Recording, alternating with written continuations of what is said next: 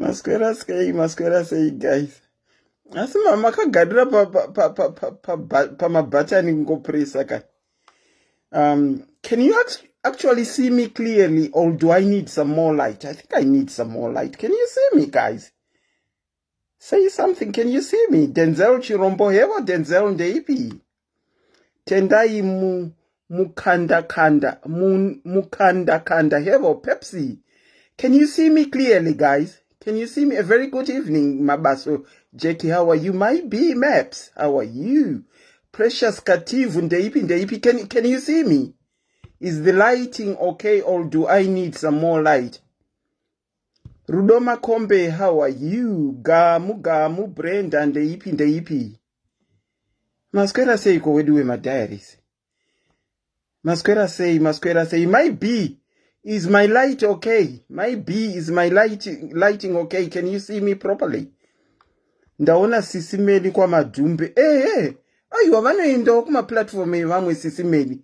Ndokubatana nevamwe muchicontributana nevamwe. Sis Melly kana vane platform vachipresenta pano, it doesn't mean havafanirwa kuenda uko. Vanoenda vachinosapotawo because we get support from other people as well pano. Iwo ana madhumbe ana wechijanduka vanouya pano vachisapota one.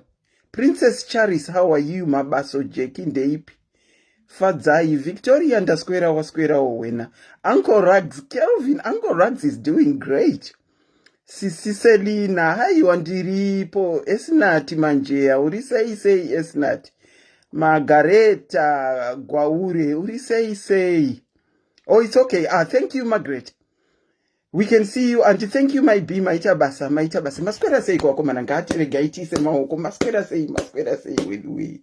Messi marufu, Masquera say. Flossi remigio, ndeipi marita kariwo. Busisiwe sibanda. Utini busisiwe. Mina ngia right wena. Ngia right, blessing guvise, zezuru samtoko. I combination ika. Melody ndeipi Charlotte Phillips. Pedzisai Saira. Udza mumo wako unoziva anosiuya pano kuti tapa live. Taga someone agotagawo someone. Tigonzwawo takawanda. Chantel Davis, how are you? Auntie Selina is doing good, thank you. Mukoma Rugs vari pano, mukoma Shadi vari pano. Iye ndatoita mistake. Shadi anoti kana mangoenda pa live muntu udzo ndatoita mistake ndokakano. Achazona chachimunya. Masquera say weduwe. Imbonzwa James Chimombe mchiri kumuziva here. Song yake inoti Jemedza, James Chimombe, the late James Chimombe. Gladys Zangure, urisei Gladys. My lady, Esnati, ndeipi. Esnati manjeya moro. Fortunate Morris, hello. Melody Jonah, how are you? Don Chikuku Katsiru, Hesi Tete Magume. Mavis Madea, ndeipi. Masquera say kwa sika. Kuno ndasikwanga kuchipisa. Nizuro kwa ipisa zokuti. Kwanga kuchipisa nasi, as we are expecting thunderstorms tomorrow. Laina Chibi, Tasha.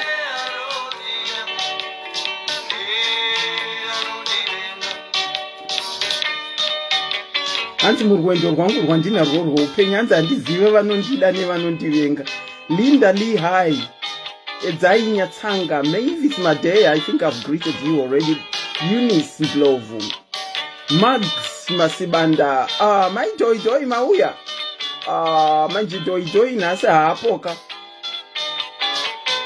Joy nasa hapo, tinongosenda mahatsi enyu kuna joy amasenda.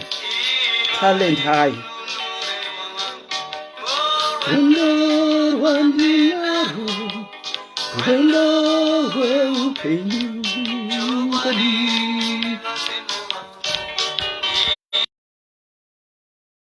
Sorry about that.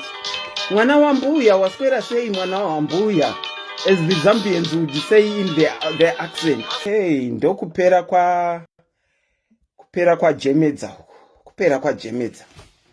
I think it's not about numbers, it's about hearing. Zvatiroda kutaura. Nasi manerano ka. Tambotaura nezvevakadzi vatatu vakamakana zvokumakana zviya mukati meupenyu. Pane vakadzi vatatu 3 vakadzi vakamakana zvokumakana zviya. Ukatarisa title yangu yandaisa kuti tiri kutaura nezve Vamwene, Tete Nemuroora. I can't seem to see my comments. I would love to interact with you seeing my comments, but unfortunately I can't see them. I don't know what's going on. Okay, Tete, Vamwene, Tete Nemuroora. Ndataura hierarchy yavo, because pabasa pega pega kana muupenyu mega mega mune hierarchy irimo. Vamwene, Tete Nemuroora. Ukatarisa pa caption yangu, Vamwene vane capital A for Vamwene, Tete vane capital T for Tete, asi Muroora ane ka small m for Muroora. There is a reason why I've done it. Vakadzi 3 ava vakamakana zvokuti unoshaya kuti chii chinoitika, nekuti Vamwene Muroora wekumwe kumusha kwavari ikoko. Tete mwana waVamwene, uye pamwe vatori Tete kune Muroora mudiki uya, uye ivo vari Muroora futi kwavakaroorwa. Saka Vamwene naTete vatori nemaroles anongoita vice versa, yokuti Vamwene vatoriwo Tete asi vari Vamwene vogozoitawo Muroora futi. Vakadzi vatatu ava kunzwanana kwavo kunoti netsei. Ndozvatinoda kuti tionesane pano nhasi, kuti chii chinombonetsa chaizvo pavakadzi vatatu ava. Fight dzavanoita variko vanodanana, variko hatisi kuti havako, asi most of the time panogara paine fracas between these 3 people. Why? Ndiri kutora Vamwene sa president nerenki yavo yavari, tinovatora vari sa president, saka vakakwiri mashoulders anga akakwiridzika, ndokukwiridzika kwavakaita. And then toenda kuna Tete tinovatora seminister, anditi tinovaisawo pachinzvimbo chiri pakati nepakati ndiminister, vachiripota kuna president vanova Vamwene. And then toita Muroora, tinobva tadzikira, tobva mashoulders edu onolevhulika. Muroora ndo renki yake yaanenge ari, yakati dzikirei pauthree hwavo. Whilst ndadaro, tikatarisa Vamwene kazhinji, handizivi kuti chii chinomboitika mumind dzana Vamwene, because they are not very accepting when it comes to Varoora. They are not accepting, vachikanganwa kuti ivo vakatombosvikawo musha wavamwe vakatambura nesituation yekusa acceptwa, but still mwana wavo kana azoroora vanotadza kuaccepta.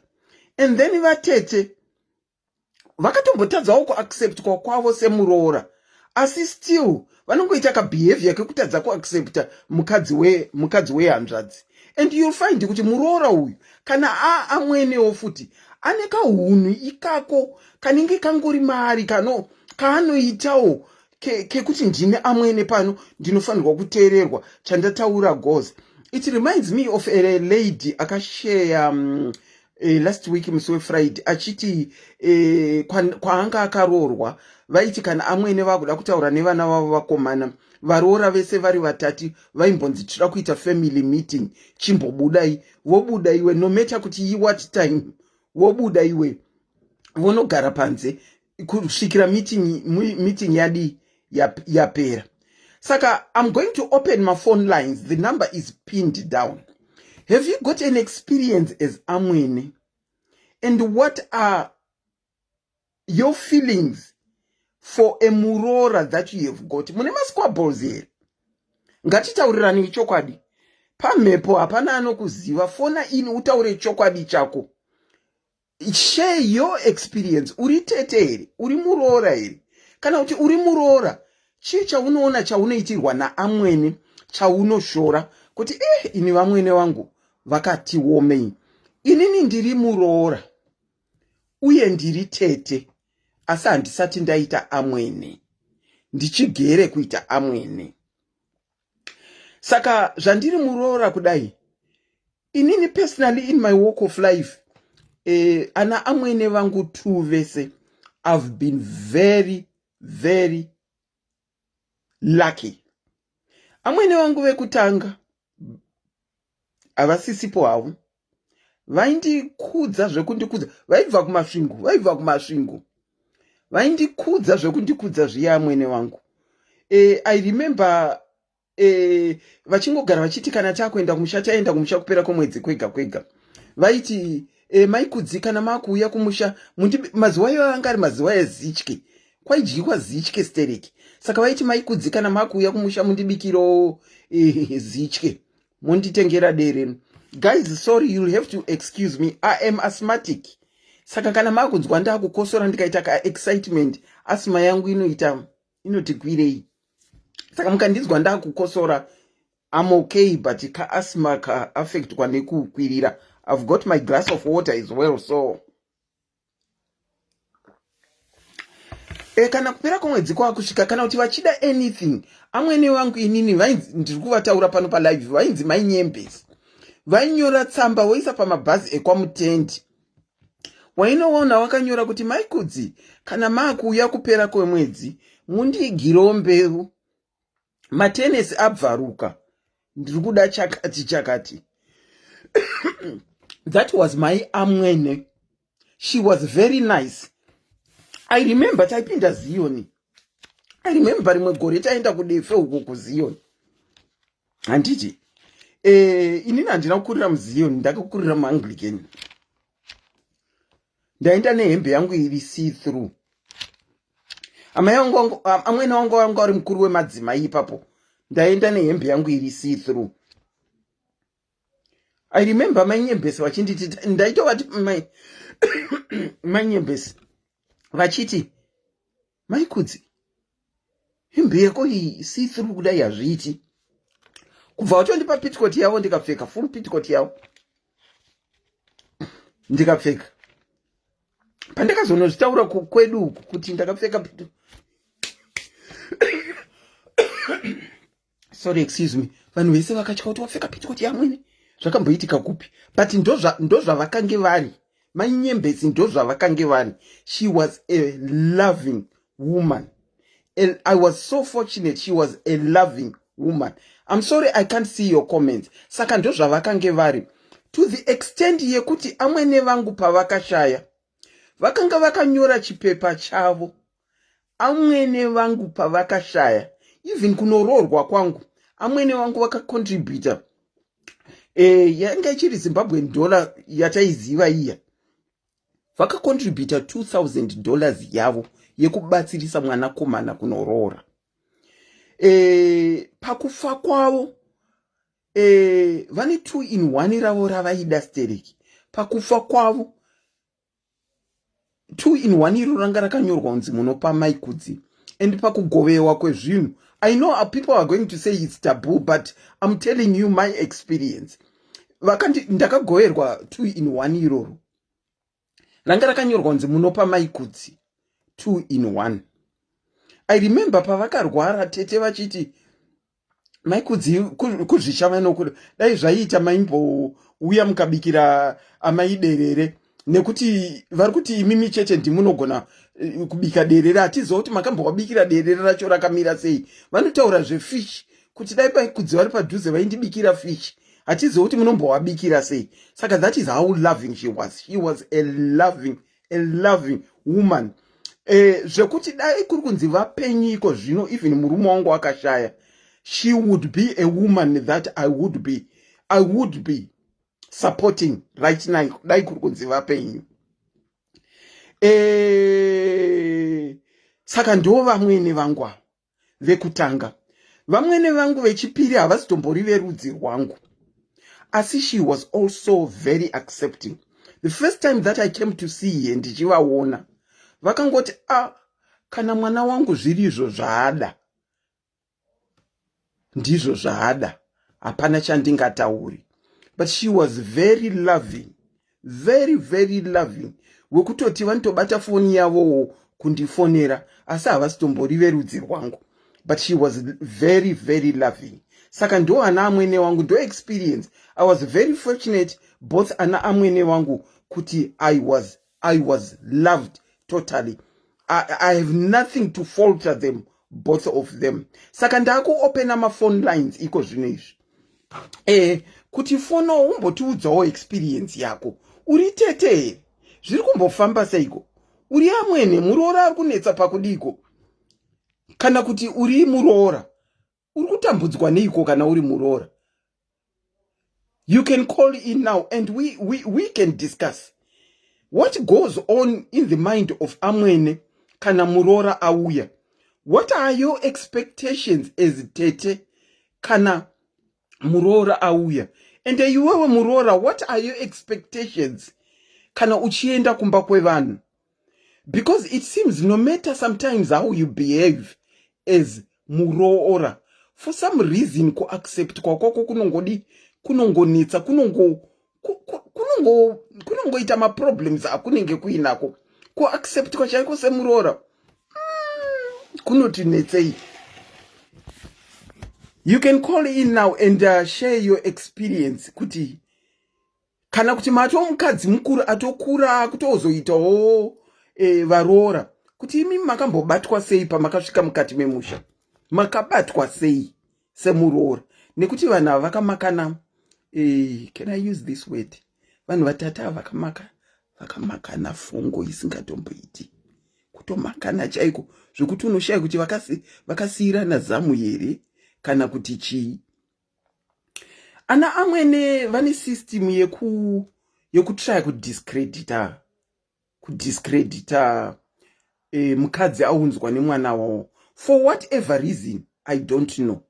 Saka ana amwene ndinoda kutombonzwawo kwamuri kuti chii chinembenge chichiitika mubrain menyu kuti muzoramba Muroora kana kuti mumu dismiss. Chii chinomboitika? Ana Tete muriko here? Mutori varoorawo kumwe? Experience yenyu kwamuri ikoko ndeyei? Sorry. Vamwe vakutofona ipo pandiri palive ipapapa ndo pavakuda kucontributa. Ana Tete muriko here? Zvamurongoramba makanyarara kuti zii inogwabvura kanyaya iyi haitaurike. Maakutya kuzonzwika voice kuti ndimi. Madekwana kanaka kola tinokuchingamidzai pachirongwa Sis Melly's Diaries. Mune experience wo here yezvatiri kutaura izvi nhasi? Experience iripo chaizvo. Iripo. Yekuti sometimes kashoma kuti ndongoti kuti maybe 10% of people vanonyatsoroorwa vachidiwa navamwene. Majority vanenge vana vamwene vanenge vaita problem yekuti vanenge vasikadi. Saka inini hangu ndoda kungotaura nyaya yekuti vana vamwene tese apa at some point cheta vana vamwene. Sorry caller. Hold on. Can you hear the caller, guys? Thumbs up if you can hear the caller. Can you hear the caller? Thumbs up if you can hear the caller. Unfortunately, I'm not seeing anything. Caller, you can go on. Sorry. Varikuzvinzwa. Okay, all right. So tesa pacheta vana vamwene at some point andi kune dzimwe nzvimbo vana vamwene detangorega kuti nyaya dzekupinda mukati medzimba dzevana nokuti kuna vamwene vanhunzvatunzva dzinoda kutonotonga mumba memwana.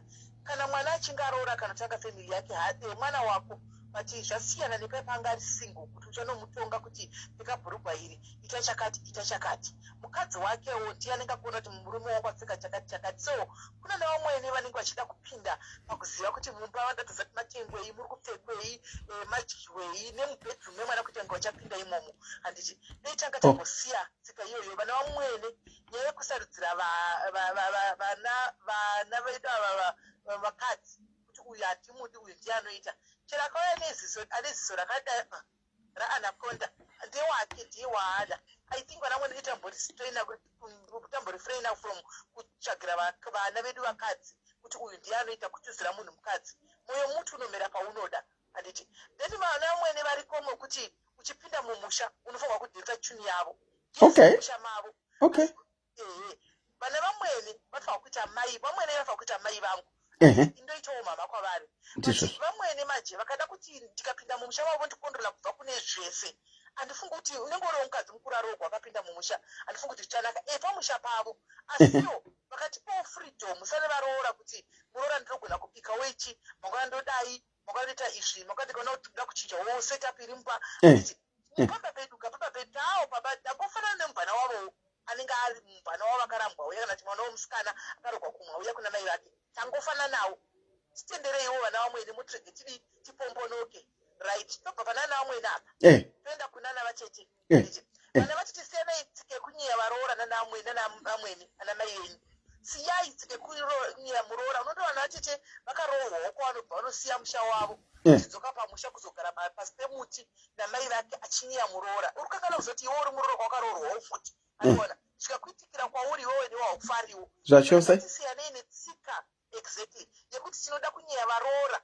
Vatete nekukondrola tanzi chikamuba mabhudhi vangu munoita yandinoda aiwa muba mabhudhi vako asi hauiti yaunoda. Handiti muna mai vavemo. Respecta mukadzi wemunhu anenge ari mumba imomo. Kana uri vatete wouyasa vatiteka huyasa vatetewo handiti towirirana. Utoona vatete vachitokondrola nepoto chemuchewe nemufiriji kuti zvakazomira sekutovhura kuti hauna sei iwewo muroora hanzi bhudhi vangu ndo vanoshanda iwe hauna sei iwewe gara pasi. Tivatete vanenge vachikudza izvi. Handiti chero uchishanda kwacho hazvitotarisi kuti unoshanda. Mari yese chinhu chiri mubhadha chabhudhi vavo. Vana vatete ngatitsikanei. Zivai zvokwamakaroorwa. Tandongofarira nechekuti zvamunoitawo mangwana muchazviitigwawo. Hatichimaona. Then pekupedzisira toenda kune varoora vacho ivava. Handiti anove isusu varoora. Ndangobata kwese. Isusu varoorawo kana mapindawo mumusha mevanhu. Regai kuda kuongorora zvinhu zvemumusha mavanhu varoora. Kuda kuziva huroyi kwavamwene. Kuda kuziva kuti vamwene vakazodai vakadai. Unotoona muroora nemagatsi kutonoudza shamwari dzanenge ndoti vamwene vangu vanenge vachidzira chiri kupinda mumba chakadana nhingi. Handiti zvawakafambira. Vamwene ava ingovatora samai vako. Hazvimbonetswa ngotora samai vako. Handiti chero vachikuita utsinya ukadi vakangoona kuti wokudzosera rudo nerudo zvavanenge vachikuitira vanopedzisira vachibvunza munhu mukuru zvokuda kuzoziva zvakawanda zvemumushambi vanhu mawapinda uri muroora. Handiti zvimwe zvinhu ngatizivei pamalimits. Ende varoora zvakare kana taroorwawo nevarume vacho ivava. Handitika muroora asana mai vakewo. Kana kandotengerawo mai vako matenesi rega kuzobva wada kunyatsoramba kuti kutenga matenesi ekuita sei hazviiti ndichazodai aiwa munhu ngatengere mai vake matenesi iwe wako unotengera wani.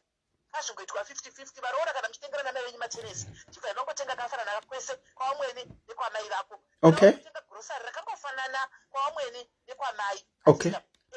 So vana vamwene vatendenzi yekuti havagamuchiri grosari. Sometimes unochinzi ndapuwa grosari rakadai so kwamai vake waindisa rakawanda. Ationa sei ndapuwa rakadai. Vana vamwene dzidzai kugutsikana zvamunenge mapiwawo izvozvo. Matomboita murora kurangarirai kuti akupei. Mwana wenyu akasvika kurangarira kuti akupei. Ini muroora ndauya ndakurangarirai. Dzidai kugutsikana. Mukangodarowo zvinongofamba. Varoora kana tapinda mumusha mevanhu. Even dzimwe nguva kana kuna vana vamwene vasingadiwo zvemaminisketi vasingadi chii. Ngatimboitai tsika dzatowana dziripo. Kana vasingadi trouser pamusha pavo hazvimbokurwadza kuti ungopfekawo dress zvenguva iyoyo kana wadzokera pako unopfeka zvaunoda. Hazvikurwadzewo kuti ungoitawo semuroora panguva iyoyo kana vachiti hatidi mavhudzi akaremberaya kumusha. Handitika ungosungawo dhuku yako kana wapedza wodzokera kwako wodi woita zveko kuti mungokipa that ukama hweya relationship yayi chete. So dambudziko ranamwene navatete navaroora riri kwese ende riri all sides. Kumuroora kune dambudziko kuna vamwene kuna dambudziko kuna vatete kune dambudziko. Handimoona saka vana vanga vadzidze kompromaisana vasangane pakati kuti zvinhu zvifambe. Asi nhaikola muroora apinda mumusha atete amwene vari kungoekta kana kuti atete vari kungoekta vanogongoekta here pasina chinetswa chiripo ngotanga kuekta pasina chiripo towards muroora kana kuti pane zvavanenge vatoona pamuroora. Dzimwe nguva vanogona kuekta pasina zvavanenge vatoona. Kuti remember kuti uchipinda mumusha muya vamwe vacho vatora vhitori rekwagutuku ani maona ivo vanhu ava ndevekumhondoro.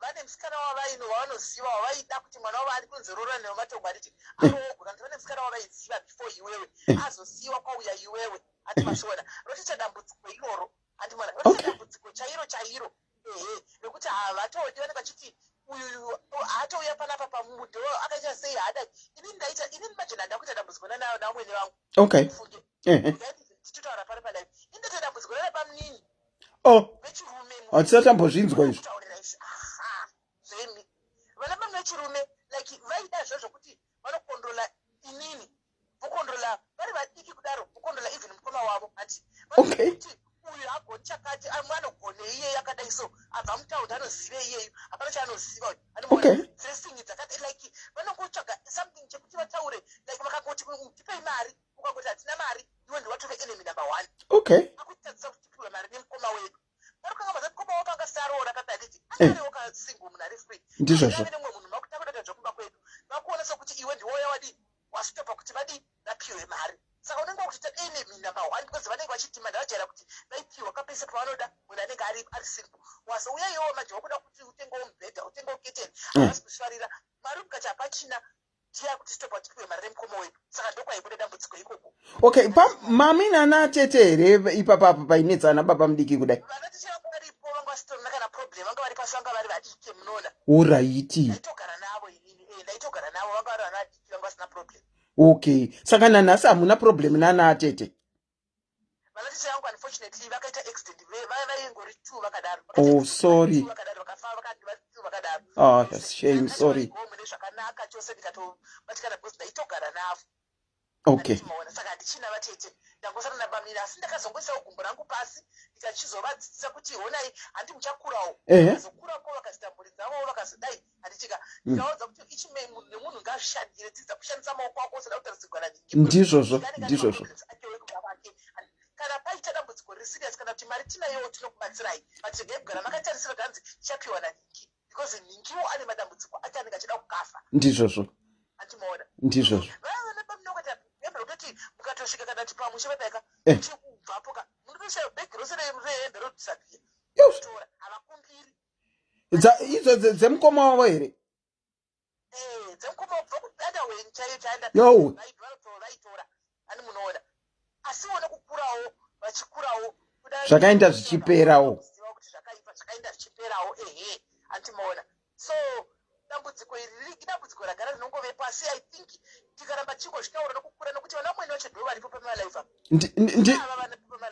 ndizvozvo nhasi tinenge tabaya panorwadza vakanyarara havasi kuda kana kufona it's a very sensitive topic I know but the truth sometimes it has to be said katida kutsiurana ndizvozvo kudzana chokwadi vana vamweni vacho ndisi tiri mumacoment section ndizvozvo vanaona vacho ndisi kuti tiri mumacoment section vana bamini futi varimo mucoment section imomo vana vamweni vacho varimo futi mucoment section imomo andimona saka munhu ngangovhuma kutsiurwa kuti aiwa kana vamwene honai muripo mucoment section mwana wenyu auya nemunhu nhasi chidhafu chidhofa chichachipfupfupi chakasvika pachiya ndikozi vandiri kuda hauna kodzero kuti hatimudi haumudi hade wako here haasi wako tiari kudiwa nemwana wako haasi wako iwewe handiti saka dzigadzidze izvozvo ende ngatibatei vana varoora vedu ava sevana vedu naivo vanodzi respect handimunoti its end respect is end saka ukamupedzawo respect vanodzosera respect but ukamatedza kudherera ndopavanozoti vakutukwa nevaroora vana vamwene because iwowo uri kuvatadza kudhererawo futi varoora vacho vachakudherera zvakapindiridza ma2000 kaya mapiano vana steri saka unhuwo futi wakatira saka vanokuita yaunoda ozochema futi mangwana saka ngatingodzidzaiwo kuti kunyange isusuwo vacho tizvininipisewo vana vamwene varoorawo zvakare idai vana vamwene venyu ndivana mai venyu vana bamnina natete stay away kana woya kumba kwabhudhi ati ita semuyenzi uri muyenzi rega kuzotonga pamba pabhudhi vako hapasi pako ndonitonga kwako ndizvozvo regai ndibva kubvunza imwe mubvunzo kola in terms of vamwene kana mwana wako achiri kudanana nemusikana ungazviclassify saamwene here kana kuti mwana wako akatizirwa nemukadzi at what point do you classify yourself as amwene paanenge aroora paanenge saka kana mwana ari girlfriend handizi amwene aiwa murindi vanongoriwo mai mai hamusi vamwene zvekutodaro ndimai nokuti kana ukamanyira kuti ndiri vamwene vamusikana iye mangwana kozouya uno kozouya futi musori kwaiye uchingoiva na vamwene pose ungoriwo mai okay aiwa zvanzwika tatodzidzawo fanika mubvunzo wandakubvunza iwe kupedzisira ndatopikawo something ipapo kuti kana vachiri girlfriend neboyfriend hauzi amwene ungori mai tatenda kola thank you very much. Bye. You can call in. The number is free at the moment.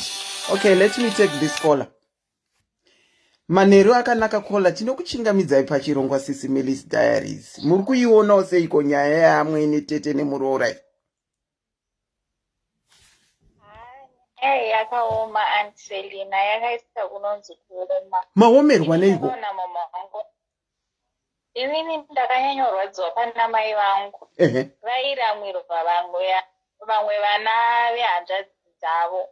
Okay. Vana vemusango. Alright. Vairamwirwa pana mai vangu. Saka mai vangu vanga vakavengwa zvisingaite nevaroora. Even vaitraya zvavo kuenda kudzimba dzavo vachiita sei but nyaya iyoyo yekuti hanzvadzi vaiita vana musango. Vana ivava vazouya onzi endesa mwana kuhanzvadzi yangu iwosha kuti oramba sei. Kola, hold on. Regai tifambirane. Kola ari kuti mai vangu vakange vasingadiwe nevaroora vaive pepomusha. For the simple reason yekuti hanzvadzi dzake Kola vainoita vana vemusango. Kana vaita vana vemusango vounzira mai vana vaya kuti vachengete. Mai zvaisaita kuti varambe nekuti ava vazukuru vavo. Asi varoora vaivepo vakazenge varitoripo kudhara. It didn't go down well with them to the extent yekuti mai vake uyu vakange vari pamatambudziko. Endererai mberi henyu Mukola. Vanga vari pamatambudziko asingaite ende zvaivarwadza zvisingaite izvo zvokuti kwenini ndatadzei. Saka kana ndasirwa vana ndoramba here vana. Saka dambudziko iri rakazombogadzirika here kana kuti it was an ongoing issue? It was an ongoing issue. Even pavakazorwara pachona vamwe vana vemusango vachizoya kuzoona vachirwara vamwe varoora hazvina kutovaitira zvakanaka. Asi ana hanzvadzi vaiiteiwo kuramba vachiunzira amai vana. Ana hanzvadzi ndo vaitomakisa kaamai apa. Amai hapana zvavaikwanisa kuita. Amai hapana zvavaikwanisa kuita because ivo vaizenge futi vakuda kutraya kugadzirisawo relationship yevaroora vavo nekuda kutrayawo kuti vange vachigarawo nana baba vavo, but still zvakatovapinza patrouble yekuti vakatongokura vachingonzi ava Tete ava havaita ava. Ko imisa Tete hanzvadzi dzenyu ndo dzaiunza kavana vachichengeteswa kuna mai. Ko imisa Tete zvaifamba sei? Inini saTete ndiporiwo nevana hanzvadzi dzanguwo vandinotochengetawo. Hanzvadzi dzanguwo dzinongotatarikawo nenyika hadzitomboziva kuti kune vana ndinotongochengeta. Vane hanzvadzi dzangu ka hapana zvandingaiti. Asi nevaroora kuwadzana kwenyu kwakamira sei nevaroora? Ndezvekungotaurawo zvekungoti hatizofanira kuita noise sevanhu vanoenda kuchechi. Zvekutongotyawo Mwari but tension inenge itoripo wenda pamagatharing kana kupi. Imi muri muroora here? Inini ndiriwo muroorawo. Kwakamira sei kwenyu? Kwangu inini hangu ndinoignore since ndichibva kufamily hombe ndichiona madrama ese anenge achiitika parana Tete nevaroora. Ndinyange kuda kuita close kusipereki nana Tete vangu kana kuti but chinowani ndakaona ndechekuti amwene vangu inini vanga vari munhu anga ari right. Vaisanditora semuroora but vainditora semwana. Ngazvikudzwe kana zvanhu zvakadaro. Asi kunana Tete uku kwaive nekafriction kaiveko? Kunana Tete kwaive kutori nekafriction kariko kareke. Kaikeke kutoti vanenge vachitoti iwo uri muroora iwewe. I still remember pane time zvinhu pazvanga zvakambooma ka. Vana Tete vangu vaiudza murume wangu inini kuti kumba hakuna chakati zvakamira so inini ndindaishanda. Then ndobatsira vamwe kumba. But kuti vazonditenda manje zvanga zvisipo. Zvaisaita. Saka vaingotambira vochkorera mumuromo havatendiba. vatenda vanotenda hanzvadzi vamwene vangu ndo vaitozota makaita basa chichitozoti zvinhu zvakaoma, but ivo even up to now vakaita kana problem vanotoudza hanzvadzi handisisina mapedzi, zvinhu zvakaoma, handina kana roloni izvezvi, zvinhu zvakaoma. Vanoudza hanzvadzi yavo kuti havasisina mapedzi. Vambokura sei kwana Tete? Vanomuudza vatoo vanhu vakuru. Asi havana dzimba dzavo? Vane dzimba dzavo, but ivo manje kwavo hakuna ana Tete. Asi kusvika pakukumbira hanzvadzi mari yemapedzi here wedwe? Handiti vanenge vachiti vari close. Tinofanirwa kusvika tinofanirwa kuziva pekugumira. Vanenge vachitika vanowirirana. Saka inini sorry, go on, Kola. Hello. Saka inini ndongozviignore handinobasa. Saka vakati havana mari yemapedhi, murume wenyu anototora mari achinovapa mari yemapedhi? Anotora mari unovapawo mari yemapedzi, nangu handina basa nazvo. Kana ari kuenda ikoko ndongovarongedzerwa kaplastiki semunhu akati rongekeiwo ndogara ndine zvinhu zvanguwo, ndongovaisirwo mapedzi nemaroloni ndoti endai munopa Tete. Mane makore mangani muri mumusha umu nhaikola? Ndane 10 years. Aiwa, ndinokubhigai nezvamunoita, kungotarisawo muchisiya zvakadaro. Asi ana Tete venyu vakaoma. Tatenda masheyawo nesu zviri kwenyuku. Munotendei Selina, tangomirawo kunzwawo maexperience evamwe, because dzimwe nguva zvinosvika pakurema kuti akomana, saka tension yakadai inosvika rini. I know you can say that again. Pamwe zvichachinja. Pamwe ana Tete vakangonzwa nyaya yakadai vakafungira kuti ndivo chida zvichachinja. Tinongo kunzwiraiwo kuti pamwe zvichachinja. Thank you so much, Kola. Okay, bye. Bye.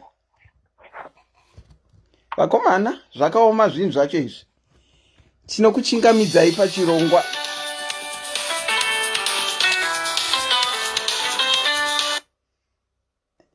Let me call this number back.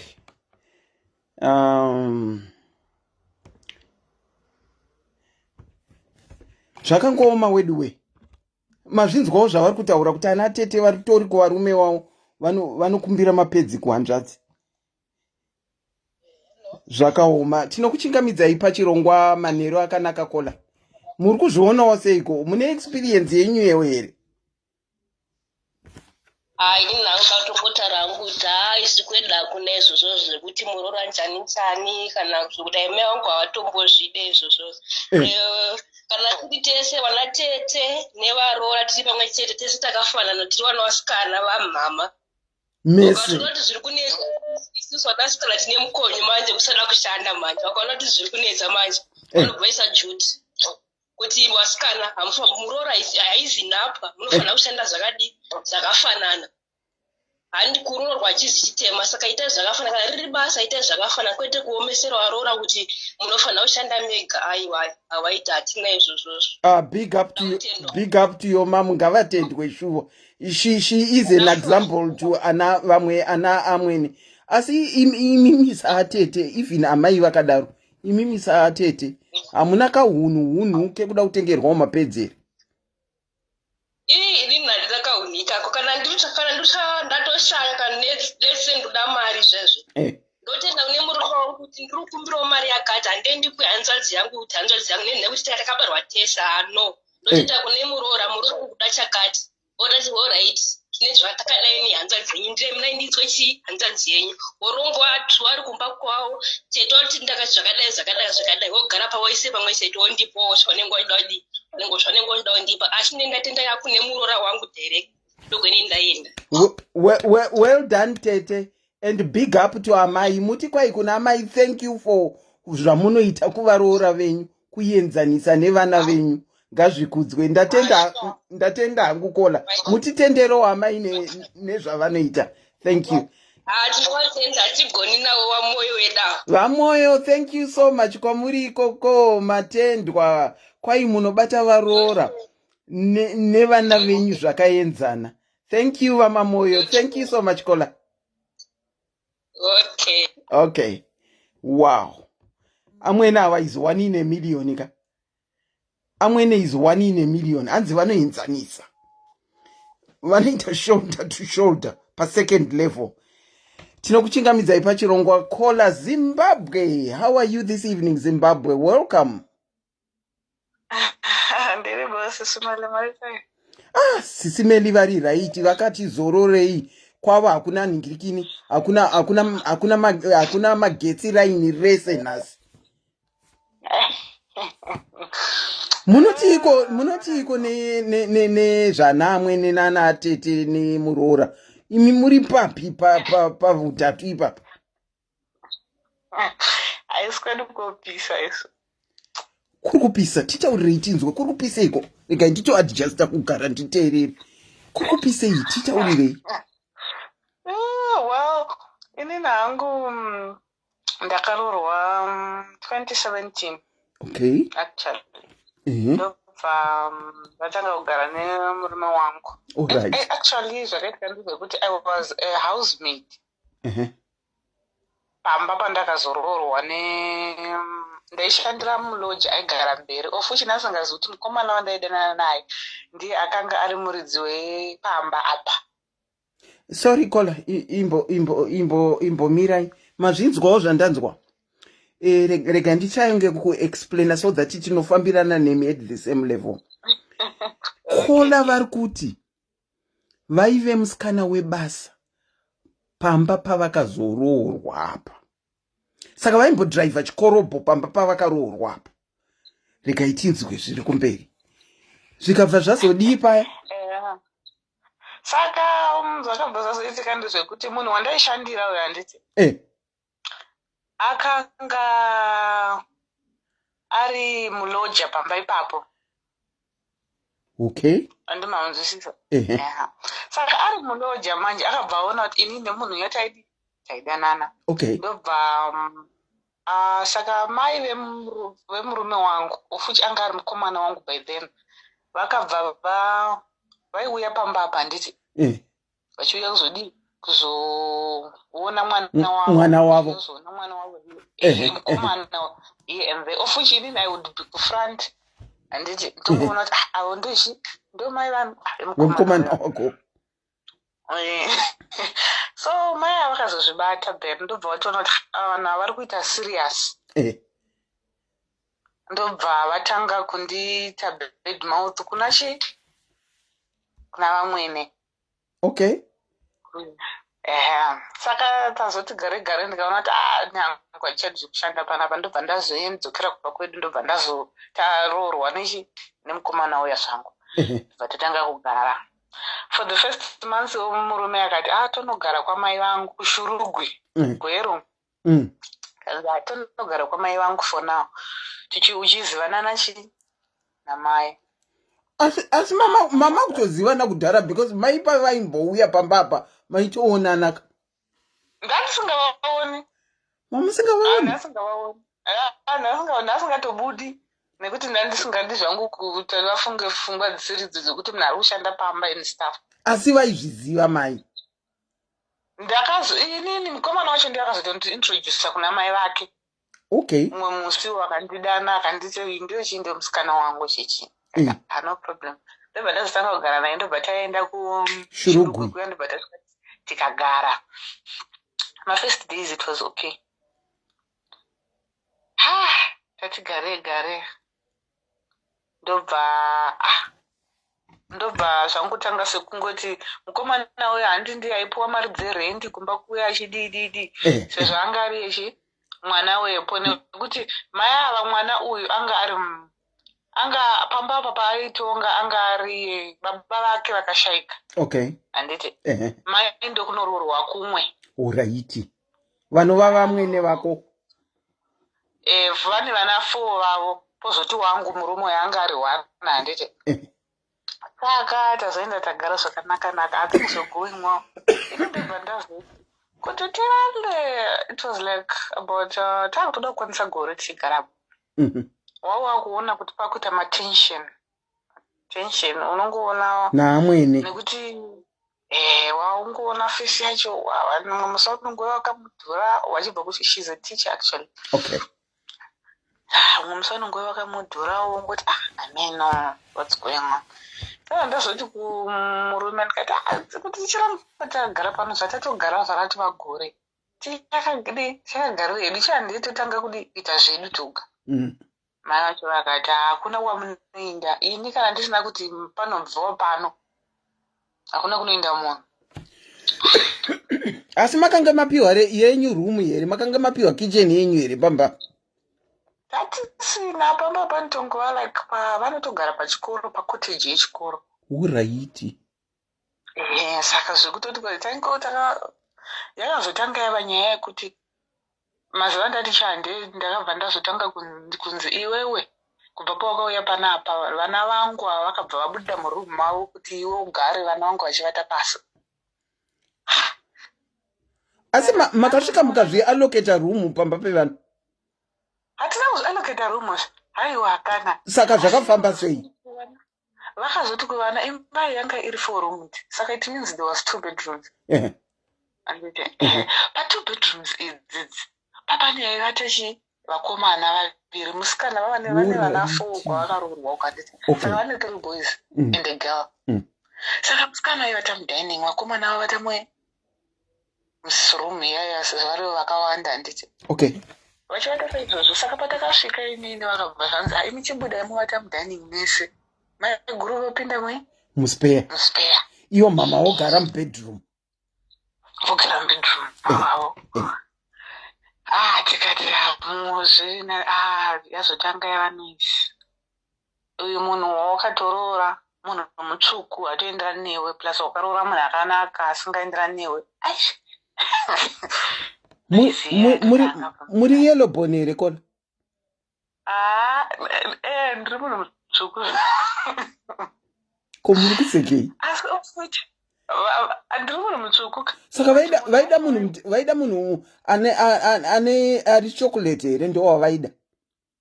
Handizivi zvangu, but munhu wacho vari kundiudzira kuti waroora munhu mutsvuku.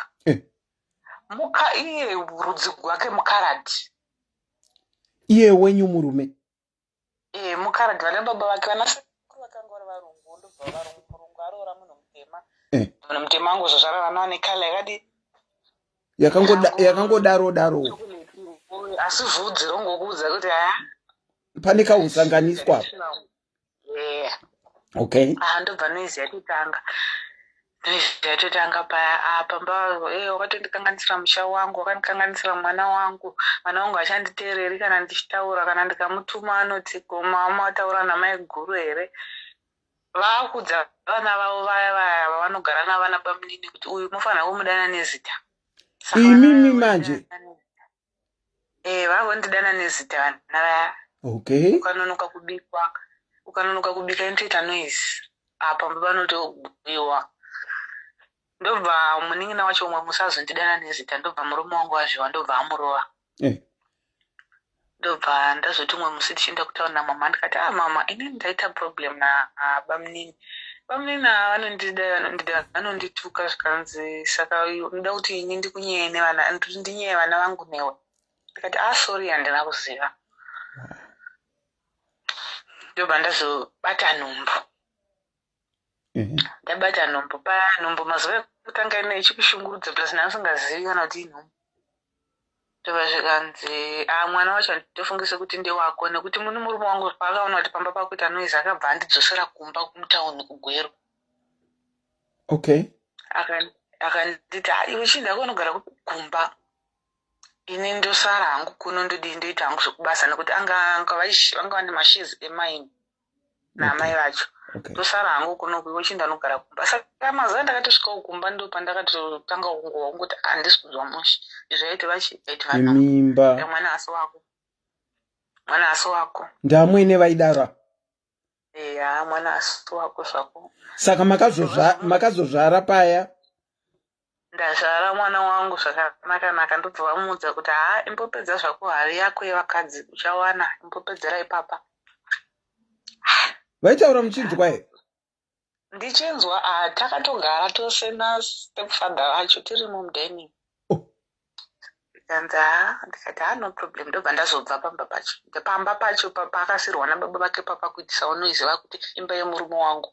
Ndobva ndati aitsoke ndobva tabva tikatanga kuloja ndobva ndapona mwana wangu mukuloja imomo ndobva vazotanga kukumbira ruregerero ndakakanganisira Muroora ndozviziva chidzoka igomba ndobva tadzokera gomba tadzokera gomba kuya ndobva vatanga futi baba wangu uya pamba vachinditaura nemaloja. Saka mva mazodii paya? Ndobva murume wangu azoenda kuSouth Africa. Aenda kuSouth Africa ndobva ndatanga kutsvaka sara hangu ndikatsvaka basa nemwana wangu ndine mwana wekuchengeta. Ndobva ndasara ndikatsvaka basa ndawana basa pakawash anosukwa mota paya. Saka maienda kukawash makabereka mwana? Nemwana wangu kana kuti ndotsvaka wando ndaimusiya nemunyin'ina wangu dzimwe nguva. Amwene wenyu vachizviziva zvese izvi? Vamwene vangu ndobva vaiti vakauya manje sekuti ndisipo votanga kuvhunza maroja panouya vanani pana chichichichi. Ndobva vatanga kuti mukadzi kunowahura usingaiti wakutoshanda panhu pevanhurume pakawashi. Ndobva audziwa. Saka zvandakabva ndazoita ndizvo ndakabva ndazoenda kuSouth Africa kumurume wangu. Makazotera murume? Ndikandogara 2 months handina kuvaudza. Ndakagara ku 2 months handina kuvaudza ndaenda kuSouth Africa ndikandogara 2 months nemwana wangu. Ndobva vazouya kumba vakaona ndisiko havana kuziva kuti ndaenda kumwana wavo nekuti munhu wanga kuziva mai vake. Saka hana vaudza kuti munhu avakuno ndobva angonyarara ndobva vasiya vakadaro ndobva vaenda kumba vakanhwa kuti vati vakutokwanisa 2 months vasipo ndobva vafonera murume wangu vakati murume wavo mukadzi wako akatoenda kugara nechikomba akasiya imba kare. Ndobva murume wangu angotoona kuti saka iko zvino ndakabva ndangobva pamba nekuti pandakabva pamba ndakabva ndatora mwana wangu ndikanomusiya kwamai vangu ndobva ndatsvaka basa kuBotswana ndobva ndawana basa kuBotswana ndobva vasvika. Kana muchiti makabva pamba muri kutaura kuti makatosiyana nemurume here imi maakuBotswana? Handinasiya murume ndakabva ndadzoka kuSouth Africa nditi ndikagara pamba ndobva ndazotsvakirwa basa kuBotswana. Pamba apa ndindaitonga nezvipo ndindaipuwa rendi ndo yandairarama nayo zvangu chero ndaenda kubasa. Saka ndakabva ndazosiya pamba pane maloja ndikasiya ndaudza maloja kuti mari yerent mondipirawo hanzvadzi yangu iyi nekuti ndo vari kugara nemwana. Ndobva musi wandangobva then 2 days later vachibva vasvika mai vacho ndobva vati mari yerendi ndaakutora. Ndikati mari yenyu yerendi torai zvenyu imba yenyu torai but mwana wangu siyai. Kola ndokuto ngatimbodzokera kumashure. Muri kupi iko zvino? Iko zvino ndaakuBotswana ndakushanda kuBotswana. Murume ari kupi? Murume wangu ari kuSouth Africa. Muri kuzvifambisa sei? Ndakadzokera kumba pandakabva South Africa ndakadzokera kumba ndikasvika ndikagara. Ndasvika ndikagara iye akati sezvo ndambokuona inokona ndichanonoka kudzoka kumba ndichanonoka. Dzoka. Saka ndobva ndakakumba ndobva ndawana basa riya rekukawashi. Anditi ndawana basa rekukawashi ipi ndaishanda zvangu but basa raindirwadza basa raindiremera ndaine problem yemusana. Ndobva ndabva paya saka ine mama wangu anogara kuno kuBotswana ndobva ndatsvakira basa kuBotswana. Ndokwandiri kushanda iko zvino anditi. Ndobva mwana wangu atokugara kwamai vangu kumba kwavakasiya koko. Saka ndo pakazosvika vamwene vangu vakasvika vakaita noise vakaita vakati kanzi ndakutotora nemwana wacho nekuti iwe uri kufamba uchiita chihure saka ndakutora mwana ndochengeta muzukuru wangu. Ndikati uyu muzukuru wamuri kuti muzukuru maiti hasi mwana wenyu wemwana wenyu handiti. Saka imi ngotora imba yenyu moita take over imba yenyu but mwana wangu musabata. Saka iko zvino zvavanongoita kungotaura nemurume wangu vachimuudza wakaenda kwakati. Saka murume wangu kona hachatauri kuti ndiri kwakati akangonyarara akati arega vataure havo vaite zvanomboona kuti vanoda kuti. saka vakabva vatotora mapepers emurume wangu wekuchikoro vakatomuapulaira nursing. Ini vakatondisheza out muupenyu hwake kuti ndakutokutsvakira mumwe mukadzi. Saka nursing ari kuitirako? Kwai mapepers acho asati abuda. Kana abuda wodzoka kumba akotanga kugara. Asi ndinoda kuramba ndichidzokera pane mubvunzo wangu wandabvunza Kola. Murume ari kuSouth Africa, imi muri kuBotswana. Chii chiri kukutadzisai kuenda kuSouth Africa kune murume? Muchida kushanda basa kuBotswana kuna mama. Imi muri kuti muchine murume wenyu. Ndakaenda ndikanogaira kuSouth Africa. Ndikuzvinzwa. Ndobva ndadzokera ndobva ndazoya zvangu kuno kuBotswana. Ndiri kuzvinzwa izvozvo. Murume wangu akanditi dzokera kumba. Anditi unogara hako. Asi makazonobuda Botswana? Ndobva ndasvika ndikanogara kumba zvakanaka hangu, ndobva ndagara. Ndagara ndobva ndaona kuti zvinhu zvacho hazvisi kubuda. Zvinhu zvacho hazvisi kubatana both sides. Ini hangu ndiri kuenda kubasa iye zvaari kutoshandawo kuSouth Africa hazvisi kukwanisa kuti sustaina. Apa mwana otokura kunoenda kuchikoro. Kola, iko zvino ndinokubvunzai kechitatu and I rest my case. Murume ari kuSouth Africa, makati muri kudzokera kumba mukazonoita zvekawash. Akasi makazonobudikira kuBotswana. Kuna amai venyu ndokwa muri kushanda ikoko kuna moms. Asi murume ari kuSouth Africa. Zvinhu zvenyu zvanisiri kubatana, I do understand. KuSouth Africa makaregererei kudzokera kunotsvaga basa kune murume? South Africa muruseka. Akati haadi kuti ndigare kuSouth Africa. Wow. Aiwa, alright. Kana akati hamudi kuti haadi kuti mugare, aiwa, kuwirirana ndandichingobvunzawo zvangu. Saka situation namwe neiko zvino yakamira sei? Hapana, it's 0-0 inongova pisa vari kungonditaura mwana wavo but neni ndakatosiyana navo. Saka situation itori pa 0.00 DNA yaMugabe kuti haazi? Hapana. Ivo vakutorongera mwana wavo. Vakurongera mwana kuti chi? Vari kurongera mwana mukadzi?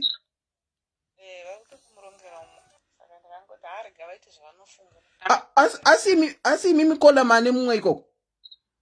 Andina, asi kuti inini ndakatoona kuti ndikada kuzvipa stress ndindowa vakasara vari vapenyu vachirarama nemhuri dzavo, ini ndichizvipa stress nevanhu vanoziva zvavanoda kuita. Saka mukanzwa kunzi murume wenyu ane mumwe, you don't care.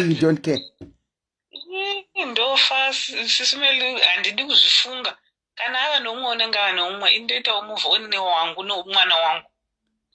Zvamuri kutozvitaura zviri nyore kuti munoita move on. Anyway, Akola, aiwa ndange chida ngoziva zvangu. Thank you so much for calling. Okay. Thank you so much for sharing your story. Thank you. Bye. Thank you. Kola, hello. Kola wabva wadhiropa regaitire. Vakomana, ini ndandiri kungobvunza wangu kuti ndinzwisise kuti zviri kumbofamba sei kuapa. Chii chiri kumbonyatsoitika. Saka vati kana iye akawana ini ndinongoitawo move on. Ndozvataurwa naKola. Saka Kola, hold on. Saka for Kola abva uyo ndiyoyo. Asi amwene vanonetsa. Kola tinokuchingamidzai pachirongwa. Amwene Tete Nemuroora. Muri kuzviona sei? Uye kwenyu zvakamira sei? Kwedu isusu kwangu ndoda kutaura chokwadi. Taura henyu chokwadi chenyu chuo. Inini ndinonzi munhu anga akaropafadzwa. Ameni, vanga vakaropafadzwa Kola. Seni musikana munoziya muri musikana zviya zvekuti unoenda unoona mukomana wako. Kana mai vakubva kubasa ndaijamba nepawindo. Muchitiza. Muchitiza mai vemukomana. Kuti vasandooneka tinenge takavharirana ukabva kuchikoro kuti ndikudzokera kuchikoro wobva wavharirwa mumba. Moswera makavharirana. Muchijabula henyu. Muchilula zvenyu. kuti zvechikuru isitiri vana vadiki. Hokoyo. Mwana mudiki chaiye chaiye. Pamba paamwene apa. Aiwa pamba paamai vachiri amai ava vasati vaamwene. Vachiri amai ava. So wait wakandiona pamti iwe usadzoke pano kapambi. Wanzi kapambi. Manya kapambi unotsvagei pamba pevakomana. Saka yakazoti yabata nhumbu. Lulaization iya yakazomanifest. Lula every day kuti wabva kuchikoro every day unge uri mubereki ababa naamai. Mainoitwa every day. Every day. Imi munenge maikarawo lula fanini. Ndaipindira nekuwindo. Zvaiitika kubedroom kulaunchi ndandisingazvioni. Saka ndaingoziva bedroom yake iyo yairara. Newindo pamaipinda napo ndo zvamaingoziva. Nepandaipinda napo nokuti kudhoo uku ndaiti ndikapinda nekudhoo panext door vanga vaine makuhwa. Saka vaibva vatotanga kutoti uri kuita imo. Saka pawindo apa kupinda pamba necheya here kuti maikwira muchizopinda pawindo kuti munolulaizwa kudaro. Panga paine chinenge chichuru so chimwe chidhunduru changa chiri padhuze nemuti wemapichisi. Alright. Saka dzimwe nguva ndaipinda mumuti wemapichisi ndobva ndamba ndopinda nepawindo. Okay. Yabata zvino nhumbu. Tabva taperekedzwa. Naenda kumba kumukomana wako ndakachema.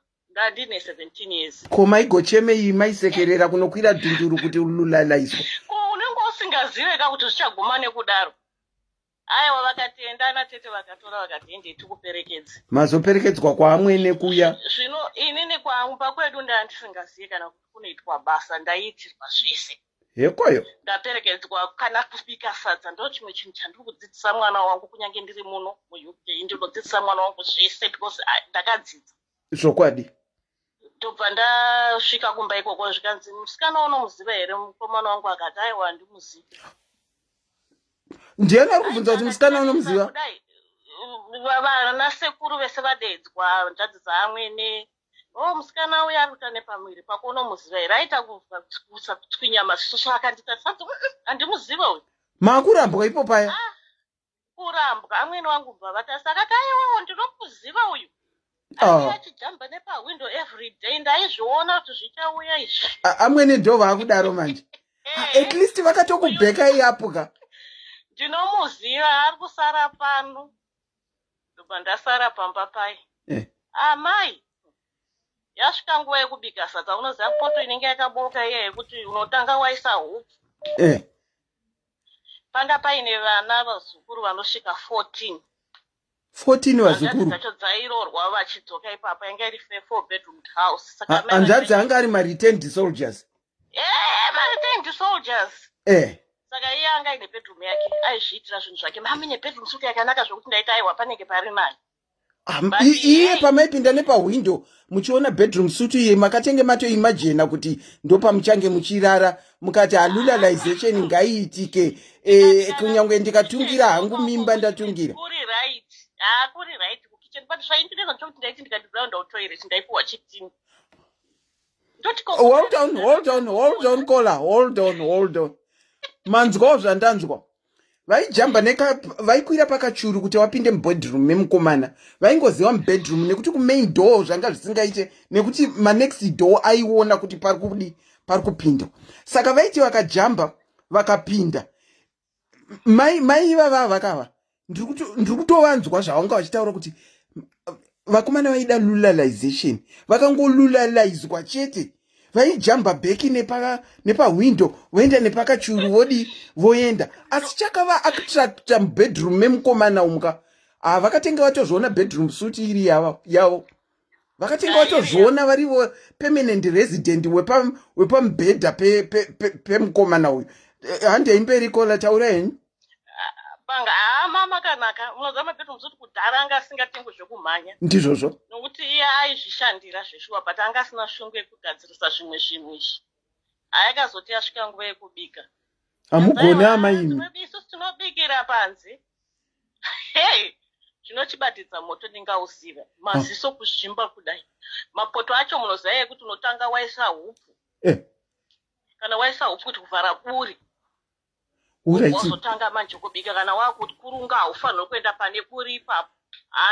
Waniko zviri maziso amwene kuti amugone kubika. Andigone kubika. But munoza amwene vangu vakavharidzira urema hwangu kumurume wangu. Havana kubvira vamudza kuti handigone kubika. Vaitya yangu vekubika vaiuya vondidzidzisa unodai wodai. Saka vaikuda izvi. Dai. Inini amwene vangu chokwadi kudai hoka. Chero pandakazonziwa kupuhwa imba. Inini imba ndakairamba ndega zvasvawana kola uyu kuti hanzi ndaida imba. Inini imba ndanga ndisingaide kana kunogara kwangu ndega ndanga ndisingade. Mamuruda kuramba makagara pamwene pane bedroom suite yamaida ipapo. Ana tete vatatu. But ndikakutaurira kuti handisati ndambona mhuri yakadaro vaindida. Oh, that's good. Nanhasi vanondida. That's good. Saka madzimwe nemamwe I think iwewe ukasvika pamusha pevanhu ka. Ukanosvika pamusha pevanhu kwavaratidza rudo nokuti ini ndasvike kumurume wangu ndakamudza kuti ini handizviziva kuti amai vako unorara pamubhedha. Iwe uchirara pasi iwe uchirara pamubhedha. Iwe baba vako vakarwara uri mwana mudiki ndo vakakuendesai kuchikoro. No, tikutengera amai mubhedha. Mukabva mavatengera. Ndikatanga baba vangu vakanditsvagira basa. Baba vangu inini vaishanda kuMalawian Embassy. Vangu vari diplomat. Vakanditsvagira basa ndikatanga kuenda kubasa tikawedzeresa imba yamwene vangu. Tikatanga wani Muroora ine million. Variko havo. Asi nematauriro amuri kuita maidiwa. Nokuti vaindida. Iwo madzimwe nechavasingazende chokuti Muroora ukamuratidza rudoka. Zvinhu zvinodzika. Zvinoendeka. Research pasi kuti chemudenga chidzike. Ndizvozvo. You are right. Inini ndaitoda kutoti handitomboda kuti ndikanganise ukama hwangu kana murume wangu inini anga aine musikanzwa. Okay. Mumwe musi ndakaenda kumba kunoona na mama. Baba vangu papa vanga vadzokera kuMalawi. Then pandinoona na mama mbandadzoka. Andadzoka kumba ndinoziva maboys eparaini vanotoziva kuti apa papinda musikana. Ndasvika kumba kuya ndina kumudza kuti ndiri kuenda tora taxi ndadzoka kumba ndasvika kumba ndangosvika kuvhura kubedroom ndaona kune musikana aikona kutaura ari kudya machips papa haana kusimira. Akarohwa nemhuri yese. Ini dzangu hondo dzairwiwa kana kukanzwa kuti kune musikana pakati ana tete vangu vaenda nevana vavo. Kunorwa hondo dzenyu. Mungu anga asina kana mufaro wokufara kuchihure chachamheno kwaaitongochiitira. Nokuti chikazikanwa vairwa. Ndakagara pamba ipapo pandine 17 years. Kusvika ndasvitsa 24 years. Wow. Kusvika ndauya kunoku. Baba vangu vakanga vakushandira kunoku. Ndauya kunoku. Amwene wenyu penyu. Amwene wangu vakashaya vanhu vakafa vararame. Vakanaka vararame zveshuwa. Vangu inini madzitete aya yekuti vanondida. Vanhu vanoti maybe vanokuda nekuti kwawangu wakabva handifunge. Nokuti panga pamborina baba mukuru vanga vaine mukadzi wacho yainditi iwewe pamba apa upagare. I think it's the way yaunobata nayo vanhu. Inini ndandisingagone kubika. Munoziva kushainisa munoziva kumufakozo kune maflow aya yekuti anomanza. Ndakazvimba uyu manis ese akusara ndakaita mablisters ndashainisa kubva kusvika kuveranda ndichida kufadza vanhu kuti ndiri Muroora. Amwene vangu vaona izvozvo vakataura kuti iwe haushainise mumba. Ndandine asthma ndasingabvunzomuka ndichitsvaira panze. Alright. Panga paina tete 1 vaida kuchallenge so vaiti vakamuka kuseni vakada kundinokera kuti vandiudze kuti enda unotsvaira panze. Ende chimwe chinhu chaita murume wangu anga asingapindire nyaya dzangu. Dzatete nemuroora. Patanga nyaya dzedu inini 1 ndasingaende kwaari ndaipedza ndega nana tete vangu. Ndizvozvo. Totaurirana. Ndizvozvo. Nokuti chimwe chinhu chinozoita kuti Varoora vavengwe makuhwa. Ukaita ngo wakupesanisa vanhu paukama hwavo unovengwa. But inini ndaisanganawo nezvandaisangana nazvo unozana tete ndana tete. I think situation yenyu yanga yakafanana kwangu inini kwemurume wokutanga. Murume wangu akanga akanditi Selina ukanga uchinetsana nehanzvadzi dzangu haumbofa wakandinzwa ndichipindura.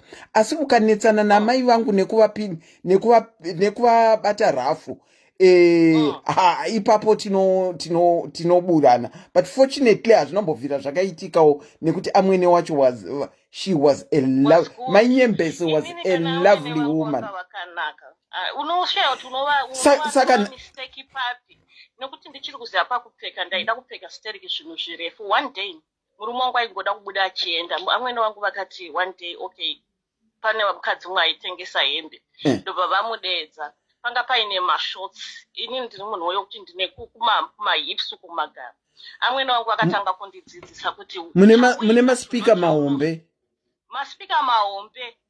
Saka vaingoza kuti auyi nacho but ndiri mutete ndandiri size kana size 6 chaiyo but uku ndakadaiwo. Mune fiziki yemasouth Africans. Yeah, ndo West Yandani ndakaita izvozvo ndakatora structure yamai vangu nokuti amai vangu originally she's from South Africa. Saka anatete vachiri vangani vachiriko?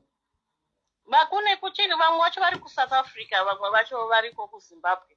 Vamwe vacho vakaroorwa vamwe vacho vakaroorwa but takati kumba hakusisina munhu vadzokere vanogara kumba.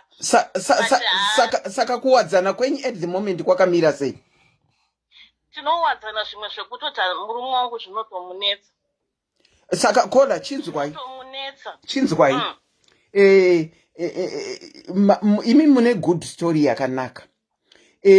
Mukambobata pen nepepa kana kuti mukatenga makadhi. Anatete venyu mati vangani? Vese munenge muri kuvapa mamaxi stereki?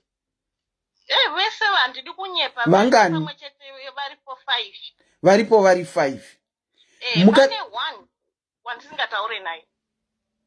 Okay, tombosendeka wamusingataure naye pasaiti. Totora vamunotaura navo. Mukambodai muri kuvapraisa stereki zvinoreva kuti vakakugonerai. Vanondigonera kana nanasi. Mukambonotenga makadhi 5. Anatete 5. Kana kuti kana vaine maemail address kana kuti vane WhatsApp mazuwano dziri kungofambisa zvinhu. Kungoita put your thanks in WhatsApp. Kungoti tete anatete vangu. Upenyu hauzikanwi. Asi ndati ndingokutendai kuti kwamakabva neni mai vachiri vapenyu nepatiri iko zvino muri vana atete with a difference. Imbongovanyoreraiwo munovapa bhuku nokundiri pafoni vakabata mafoni vakutokudifendai aiwa vanondidifenda havasati vambomira kuti ndimira naye chero ndiri wrong vanozondudza 3. aiwa munhu ngaaudzwe munhu ngaaudzwe asati ndambovaudza asi kutaura chokwadi ndatozozvifunga nhasi paprogramu iyi ndichitaura kuti ndichinzwa nyaya kudze vamwe kuti kati unozoti munhu you don't know how blessed you are kusvika unzwa nyaya dzevamwe vanhu. That's true. Saka unzwa nyaya dzevamwe vanhu ndopaunoti saka ndakagarika kaini ini kana kumunda ndandisingabvumidzwe kuenda kana kuti nokuti ndandakatsvuka ndandisingaende kumunda vamwe vaimuka vachienda kumunda vainzisiyai matsvaira ndaimosara ndakarara inini ndakaspoilwa namwene vangu kudati vakuspoilwa wandikaitwa namai vangu vakanditambira zvandiri vakawedzera kundispoila ndakauya kunobvo ndichistrugla kana kuchengeta vana nandisingagone posi ndaichengeterwa. Aiwa kola chimboitai ma-personalized letters to each and every vana atete venyu. Imboitai ma-personal letters of thanking them. Munoona kuti kudiwa kwacho kunowedzerwa. Asi chimboitai ma-personalized letters. Kana maita mugodzokawo kwandiri mundiudze kuti chii chaitika. Aiwa ndinokutsvaga inokuti ivo vakandiudza pakashayika amai vakataura panhamo pakazara vanhu kuti isusu tashayikirwa namai but tichina amai vedu vatinoti ndaamai. Taura panhamo patine asandadzorera. Tatotenga kana makadzi kana kutoona zvekutoita kuti ndivaudze. Yeah, it's good to let a person know whilst they are still alive. Saka nelove inana atete vanyu imbongovaitirai ma-personalized WhatsApp cards whatever to say thank you. Ndakauya ndiri mwana mudiki asi mabatiro amakandiita even mama varipo vachindidzidzisa mozondiudza kana mapedza tozoupdatewo makola kana mazviita. Alright auntie, thank you so much for calling in. Tatenda tisu. Thank you very much. Bye. Izvi zvinonakidza. Sorry, unfortunately I can't go along with you when it comes to my comments. You will have to bear with me because I cannot see anything pama comments. I cannot see anything. Rega titore mwe kola tinzwe kuti kwava zviri kumbofamba sei. But my God shall supply all your need according to his riches in his glory by Christ. Ava ndinoenda mbotaura nawo. Kola tinokuchingamidzai pachironga maswera sei. Taskera kana maskerawo. Hey, kwenyu zviriko here zvekuti amwene vari pane imwe hierarchy level ya major general. Ana Tete vari pa kwenyu kwakamira sei. Wow. Kola tinokuchingamidzai pachirongwa hold on. Ndaikumbirisawo kuti kana paina kola aripo topanana mukana. Uye toita beo nemunhu kana achitaura story yake. Hello kola. Yawoze vakata. Rega ndidzokere kune vava vambokatika. Vakomana. Ya. Ana Tete nana amweni zvakangooma izvi. Zvakatongooma chaizvo. Akola havachadairi apa. Okay, let's go on to another caller. Ndotora vapiko rega ndimbotora United Kingdom. Tinzwe kuti vari kuti chi avo vari kuchandoka. Ndo vanenge vachinzi nana amweni vanozviona. Kwakazoendwa nezvimwe rega itinzwe. Ikaitinzwe vakadaira. Kola tinokuchingamidzai pachirongwa. Hello kola tinokuchingamidzai pachirongwa. Kwenyu kwakamira tirira. Hanzalo Auntie Selina nemwana ari kuseli. Hello, how are you? Okay, you can't say okay? Kwenyu kwakamira seiko? Kwaidu Auntie Selina kunotobviringa. Ukaona munhu atanga nekuti pane nyaya. Ya, kunovhiringa. Ndiri Muroora, ndiri Tete zvese. Okay, tipirei tinzwe. Tinawo. Amai aiwa, ndaamai vangu.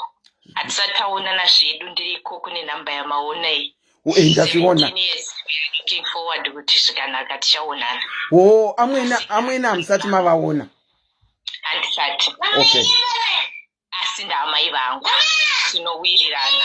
Okay. Tinowirirana, tinoita zvese, asi vana Tete. Vakamira sei vana Tete?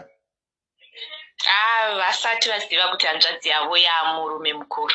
Havazvizivi? Vari kuita sei? Havazvizivi. Chavatoda chese kutoti vanototaura nabhuti. Ndo vanopirwa twese. Kuda nyange vari mudzimba mavo unofunga kuti vahombe, vanofanira kunge vachitinzwisisawo akana. Bhuti chakati. Kuzoti bhuti manje vauye kuzokudza iwewe kuti ndo zviripo. Biratove noisi mumba. Iniwo saTete ndiri kutongodzidza kuti ndofana kuenda nekune Muroora. Asi maadvice angu kunana Tete ndoti vedu weka. Musadaro, ana Tete hanzi musadaro. Nekuti ivo vari kuti vana Tete. Asi kudzana. Tisadaro, tuchida kukurawo. Vamwana Tete vatori vahombe, vatokurawo. Vatori neupenyu hutori nani kutopinda hwenyu. Asi kushongoona kuti bhudhi mwana chakati aurambe tinobatsirana tiri vana tiri family. But zvimwe zvacho unenge uchitongoona kuti kokumbovhunzawo. Kana newe wacho uyu wacho ari kutoudzwa utonoti atoremerwa. Haachatozivi zvamatoita imimi kuti muronge mba menyu. Akuda kutozvichinja kuti zvisute uku zvisute iwewe. Kasi ndikacho mwana wamai venyu ndiwamunoisa padambudziko ana Tete. Saka ana Tete vangani apa vari kunetsa kudai? Ana Tete vatatu. Asi vese vane madifferent version ava vanouya nawo. Kune vanouyawo vachida kungoti kwangu. Kuita vanouya vanongofunga kuti bhudhi vachiri bhudhi iki. Vekuti vasati vawana. Dai madai so kumba. Dai madai so. Unoona kuti hazvisiri izvo. pano isu tiri vaviri tiri kushanda bvunzirana kuti vatore $10 yacho vakupeka zviri kutovaremera. Hanziko na baby anenge ari kukomplaina pane chaatorerwa cheta pana Tete vari pano.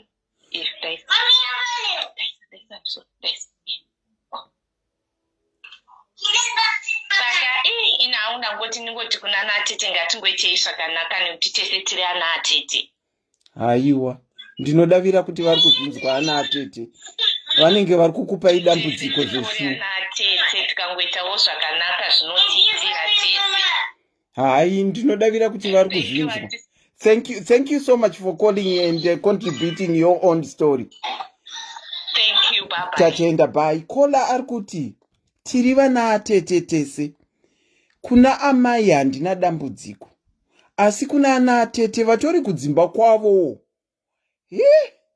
Ana Tete tiri vana Tete tese. Ndozviri kutaura Kola izvi. Rega ititore mumwe Kola. Kola tinokuchingamidzai pachirongwa makadini? Tinofara kana mutisaro. Tipirei tinzwe zvenyu. Inini yangu ndoda kungoitaurira nyaya yacho pakati siyanei. Okay. Handisi kuzononga hangu kuti chakati chakazoitika chakati chikazodai. Asi I can summarize and give what I learned and from my own experiences and observations. Taurai yenyu. Ndingangoti ini engo yandakazobata ndeyekuti unoziva zvinoitika mukuroorwa umu zvechokwadi zvinosiyana. Hatingamboshori vanoti kune vamwe vana vamwene wakanaka vanobata varoorwa zvakanaka. Unenge wakomborerwa unenge wasanganawo nevanhu vane mwoyo yakadini yakanaka. Sekungosiyana kwakaita vanhu vane mwoyo yakasiyana. Kune vane mwoyo yakaipa, kune vane mwoyo yakanaka, kune vari pakati nepakati. Asi zvinodependa futi nemabackgrounds ekuti vanhu vakakura sei, iwe uri kubva kupi. Anditi mabackground osiyana. Iwe unenge wakakura wakarerwa neimwe nzira, kana kuti makakura makaiswawo muchitrainwa mamwe mavalues. Wosvika unoroorwa kune vanhu maybe vanewo mavalues avo nemaperspectives avo nemaonere avo. Saka karuvengo kanouya dzimwe nguva akasike kuvenga munhu munosvika unoklasha. Kuklasha chaiko because mune ma-different visions, ma-different perspectives of life, mune different trainings, nema-different goals. True. Yes, mune ma-different goals. Saka inini zvakaitika kwandiri summary ndezvekuti I grew up tonti ndiri ku-left, kwakunoroorwa kune vanhu vari ku-right. Uchida usingadi munoklasha. Ndizvozvo. Munogona kusaklasha kuti hanzi une usimbe, kana kuti watadza kutsvaira, kana kuti watadza kupfeka. Kutoklasha kusanzwisisana because kwakananga magoals enyu. Kwakasiyana. Enyu. Value kana kuti marriage. Inini kwandakabva ndakabva ndichikunzwa kunzi kune respect. Kana bhudhi waroora marriage is one. Vanhu nyama imwe chete. Ndokwamakabva uko. Ndakasvika zvichinzi uri muroora, hauna chekuita pano. Hauna chekutaura pano. Hauna chekutaura pano. Haungati isusu tinoita zvatinoda nabhudhi wedu, iwewe nyarara chete. Wakomana. Kana tikati tinoda kukumbira mari kuna bhudhi wedu, tinongokumbira takadaro. Uona kuti havana vision yekuvaka. Imi muruda kusangana kuti muvake muendese mhuri yenyu mberi. But iwo havasi kukuona as one. Vanoda kukuparadzai. Ndizvozvo. Iyo nyaya yekuuya kudiaspora. Murume wangu akawana basa. Kudiaspora. Tiri kuronga mapepa, tiri kuronga tese. Munoziva mubvunzo wandakabvunzwa wakandishamisa in my second year of marriage. Wakandishamisa. Pandakaona kuti zvinhu zviri pano hazvina kumira mushe. Wamwene wangu wakatanga kubvunza kuti hanzi saka zvavana basa aya vari kusara kupi. Zvezvekuti vanofanirwa kusara. amwene wakabvunza kuti mwana wawo zvawana basa ava vari kusara kupi. Saka nditi muri kuvasiya ka. Muri kuvasiya. Zvezvekuti munofanirwa kuenda mega. Apa tese tiri vanhu vari educated, tine machances akafanana ekuwana basa, and isusu our own goal is to build one family. Hatina mavalues ekuti umwe ari kugara uku umwe achigara uku. Takangwaagreeya tiri kuti tiri pamwe tinofamba pamwe chete. But ivo vaitoda kuparadza nekuti maziso avo havanombozviona kuti vanhu vanofanira kunge vari pamwe. Vanotoda kuti paite, vanotoona difference iyoyo. Saka kubva handling finances imi mune muchida kuita as one, vanenge vachida kusplit hai, havatombo acknowledge kuti unoshanda. Vanongofunga kuti zvese mwana wavo, kana vakakumbira mari vanoda kutenda mwana wavo, and zvinozoita even muri kudiaspora kunoku iko kwamuri ikoko ndo zvinongoitika. Ndizvo zvinongotoitika, asi zvakanakira pakuti mwana wavo neni wacho tine one agreement. Saka conflict inozouya pakuti zvavanenge vachiexpecta kuti zvizoitika hazvizobudisa izvozvo, nekuti muri mu-one accord, one team. Zvavanenge vachida kupusha hazvibudi nekuti kuno tinongoramba takaita tiri one. Ukazotarisa kudivi ravo unoona kuti vana vavo ivo vasikana vanoroorwa, asi vanoroorwa vachigara mumba mavo, havaendi kuvarume. Kana kuti vakaenda kuvarume vanodzokera pawada, vanogona kungoti takaroorana but vachioperata like that.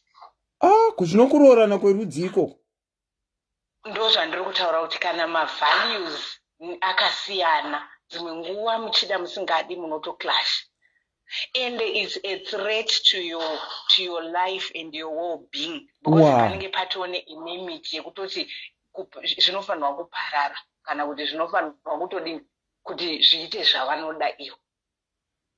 Wow, saka how often do you see each other, Naikola? Nana Tete especially. Aiwa, kutokutaurirai kuna ana Tete hatichatotaudzani. Zvakatongonakira kuti pane distance iripo tiri kure, saka hatitoonani zvekumhanya zviye. Kana tatoonana tinenge very intentional kuti taakuronga kudai. Izvo zvakatobatsira pakuti zvakatotipa time yekuti marriage yedu igrowe, ite strong, because pressure yacho mauriro ainoita.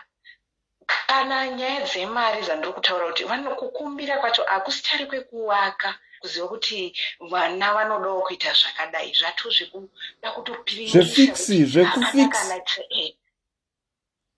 hapana chamunoita, because havasi kuda kuwaka. They don't want to promote growth yenyu imimi, vanenge vachiita kana kucompare nevana vavo, kana vana vavo pasina uchiri kufamba zvenyu hazvifanirwa kufamba. Saka zvinotinetsei situation yenyu inotinetsei. Kana uina ana Tete ma-returned soldiers havangofarirewo kugara kwemuroora pahanzvadzi yavo nekuti ivo ma-returned soldiers? Handizivi kuti not vese but handizivi kuti zvinombofamba sei kana zvakadaro. Good night, my dear. Handizivi kuti zvinombofamba sei kana zvakadaro. Inini maonero andinoita ka inenge yatove evil, light and darkness. Dzimwe nguva unobva uri chiedza wosvika unopinda mudarkness. Handiti dzimwe nguva muwengi anoshandisa vanhu haafariri zvinhu zvakanaka, kana kuti mhuri zvazvinoita, mhuri inenge iine chituko, kana kuti inenge iine, munoziva vanhu vane mwoyo yakasiyana. Saka vamwe vanhu vanenge vajaira environment iyoyo yezvinhu zvamarriage zvisingavakiki, marriage kana kuri kuti hapana munhu anobata chinhu, saka unorwiswa nevanhu but kuseri kune mweya unoda kuita pull down. Kune pull down syndrome. No, I do understand. Saka kukempe kwenyu kwakati uomei kukempe kwenyu? Hondo yachoka yakaoma zvisingaiti. Wow, dai mawanirwa nyasha zvinhu zvagadzirika Kola. ndinototenda Mwari nekuti nyasha Mwari ndingadai ndisina kutosvika ndakutosvika almost 20 years. Alright. Muri mumhuri umu. Ndisina kutombosvika nokuti zvakatosvika paextreme yekuti unotonangwa uroyi, kuri kutosvika paextreme yekuti dai waenda, that's how it, I'm very sorry to hear that caller. Ndinongovimba nekuti pane rimwe gore vachawanawo chiedza vakachinja. Thank you so much for sharing zviri kukempi kwenyu. Tatenda. Movata zvakanaka. Thank you so much caller. All right. Bye. Kudzidza hakuperi wedwe. Honestly kudzidza hakuperi. Zvachose. Regai tiringe beki kola tinzwe veSouth Africa kuti vari kuti chii. Tinokuchingamidzai pachirongwa kola manheru akanaka. Hello, Auntie Celine, how are you? I'm very fine, how are you? Ndiri right. Tipireiwo tinzwa kwenyu uku. Kwakamira sei? Auntie Celine. Kwakaoma. Tauraiti kwakaoma kwenyu. Pakutanga zvairwadza. Tanga kwazvo zvairwadza. Ini ndiri munhu akange akaroorwa nemurume anga asina mwana, ini ndine mwana. Kana muchiti akange akaroorwa, zvinoreva kuti makutaura in the past. In the past, yes. Okay. Taura yenyu. Ndakaroorwa ndine mwana wangu. Murume asina mwana, imune mwana wenyu. Exactly. Okay. Exactly. So Vamwene havana kuzvitambira. Nevamwe Tete 1 havana kuzvitambira. Okay. Vairwisa Tete kusvika pakuti nyangwe vakasvika kwandaigara vaisvodira mvura pandandakarara vachindimukira every day makupeni vodira mvura ndakarara mambumbezi. Tete ndo vaidaro. Tete ndo vaidaro. Ibva pano ita sei ndakashungurudzwa ndikamboenda kumba murume akatana hakuna zvakadaro vachajaira. So kumba kwandandakaroorwa uko kwaka kune vamweni vangu vanga vane vana vevanin'ina vavo vavaichengeta vanin'ina vanga akashayika. Okay. So vanga vana nabamnini vamwe vavaichengeta vana vemunin'ina wavo. So ndaidzirwa nanabamnini vangu kunzi inini vangu vabereki vangu vakashayika. So ndaibatanidzirwa nanabamnini vaya ndinzi apa ndichengete nherera inini apa pachildren's home vamweni avo. Amweni vaiti havachengete nherera. Handichengete nherera ini ngadzi. Imi makaendawo newenyu here mwana apa? Mwana wangu handina kutomboenda naye apa. Ndakamusiya. Okay. Ndakamusiya. So apa kutukwa kunenge kuri kutukwa ini but asi vanhu vachibatanidzira kuti nevamwe chichichi. Alright. Nana baba mudiki wakafirwa nevabereki apa? Okay. Ngotukwa zvimwe chete zvakafanana. Nguva yafamba ndazoita mwana ndazoita mwana famba ipapo.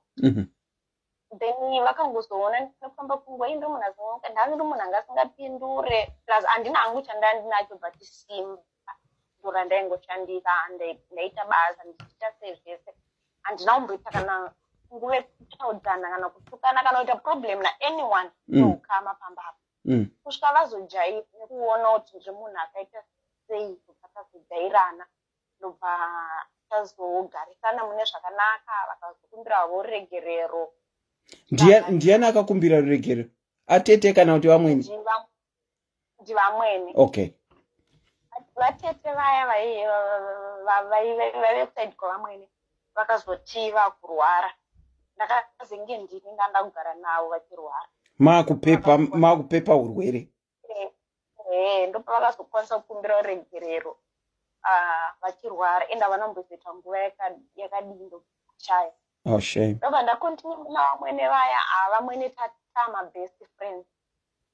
zvakazogadzirisika wazvo zvikawirirana tatakuwirirana then kuita vamwe wana Tete pane vamwe futi wana Tete 3 ivavo nanhasi tinotaura ende tinowirirana tinangana maproblem. Okay. Chakazoita manje mwana wavo ndiye akazotora hunhu huya manje wamwene wamai vake akuhuitira pamuri imimi akuhuitira pandiri bani angave violence akuita sese kurohwa kuita sese zvakazosvika kuti nditike pakubva pamba pavo ndisiyane nemurume. Alright. Saka makasiyana nemurume kumusira violence yanga akuita. Yanga akuita noti nekuti nyaya dzana vamwene aya. Then vamwene ndobva vazosvika pakurwara. Asi muviolence sorry ndimbongobvunza muviolence yanga yakuitwa nemurume makagara nguva yakadii pachiitika violence makamboti zvichachinjawo here muchigara muchiti zvichachinja? Ndakashinga ndichiti zvichachinja tikasvika pakusvika nomwana 6 years. Makashingirira for 6 years? For 6 years, yes. Okay, ndichikubvunza yenyu zvimwe zvisiri kuti zviri outside topic yedu yatiri kutaura amwene nanhingirikini iyi. After 6 years chakazokupai valve yekuti ndaenda inini zvakanga zvasvika pakudii? Ndakapota ndafira mumba imomo ndarohwa murume. Makapotsa mafa? Yes, because airwisana neni. So ndakanzvenga ndobva ndahwanda kuseri kwefiriji ndobva apusha firiji ikadonha neni. Kupusha firiji kuita unga ari kukupwanyirai kumadziro nefiriji? Ndakatohwanda ndichimunzvenga kuti asandorove ndobva ndanzvenga ndichihwanda kuseri kwefiriji. Ezvo iye atoti hawa toenda kuseri kwefiriji ndobva apusha firiji yeyo firiji ndobva yadonha neni. Inini pasi firiji pamusoro. Ndobva ndatomboita nguva ndakarara. Makati zii? Ndakati zii. Ndazomuka papaya. Ndobva ndakazoona kuti izvi the next thing kubuda munomu ndakatarisa mudenga. That was your last straw? Ndo pekupedzisira ndobva ndabuda. Zvokuti ini naumweni wangu tasisina problem ipapo. Okay. Pandakazobva ndikauya kunopa Africa. Then vamweni vangu ndobva varwara. Variko kuzimu ndobva vazouya South Africa. Ndakatita leave Auntie Selina. Ndikati mai ava dhota takambovengana but asi pamazuva ekupedzisira ndiri kumba kwavo taiwirirana ndasina problem navo vakachengeta musha mavo. Ndakaenda ndikanova pepa shuwa ndakatora leave ndikaenda ndikanova pepa but ndandisisiri muroora wavo ndatobva mumusha mavo but ndakaenda ndikanova pepa kusvika vashaika ndakatova pepa. Dei zvainzi kuroorwa kunodzokererwa kunoroorwa vana vaTete. Inofunga nyange mhuri imomo ndaidzokerera kunoroorwa nana Tete but hazviitika hazvo.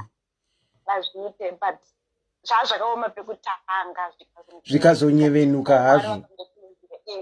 Even though mwana wavo akazouya neimwe nzira yekundirwisawo but yanga isine nekuti vamwene kana vaTete. Vaitomira neni vaiita mwana wavo noise vaitomira neni. Vanhu vanonzi vanochinja saka I guess amwene wake vakazosvikawo papoint yekuti vakange vachinjawo. Aiwa tinongovatenda. May his soul rest in peace. Vakaenda vagadzirisana nemi. Zvakazorambawo hazvo nemurume wako. Saka tinongotenda. Makamboshingirira henyu marriage yenyu muchingoiita CPR 6 years.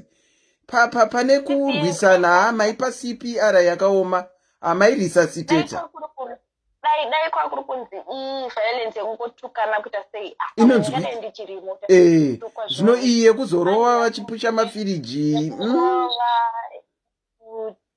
temwa neotaglazi utasei saka zvimwe zvacho ndangoti mukombo ngaundipfuure ngaupfuure. Aiwa tinongotenda amwene vakazoshaika asi vaita amends with you. Tinovatenda. May his soul rest in peace. Thank you so much for caller for sharing your story. Apa pautu hwenyu muri papi ndiana? Ini ndine jacket blue. Akomana makanaka mai. Thank you, and All right, take care. Thank you. thank you. Bye. Wow. Kola tinokuchingamidzai pachirongwa manheru akanaka.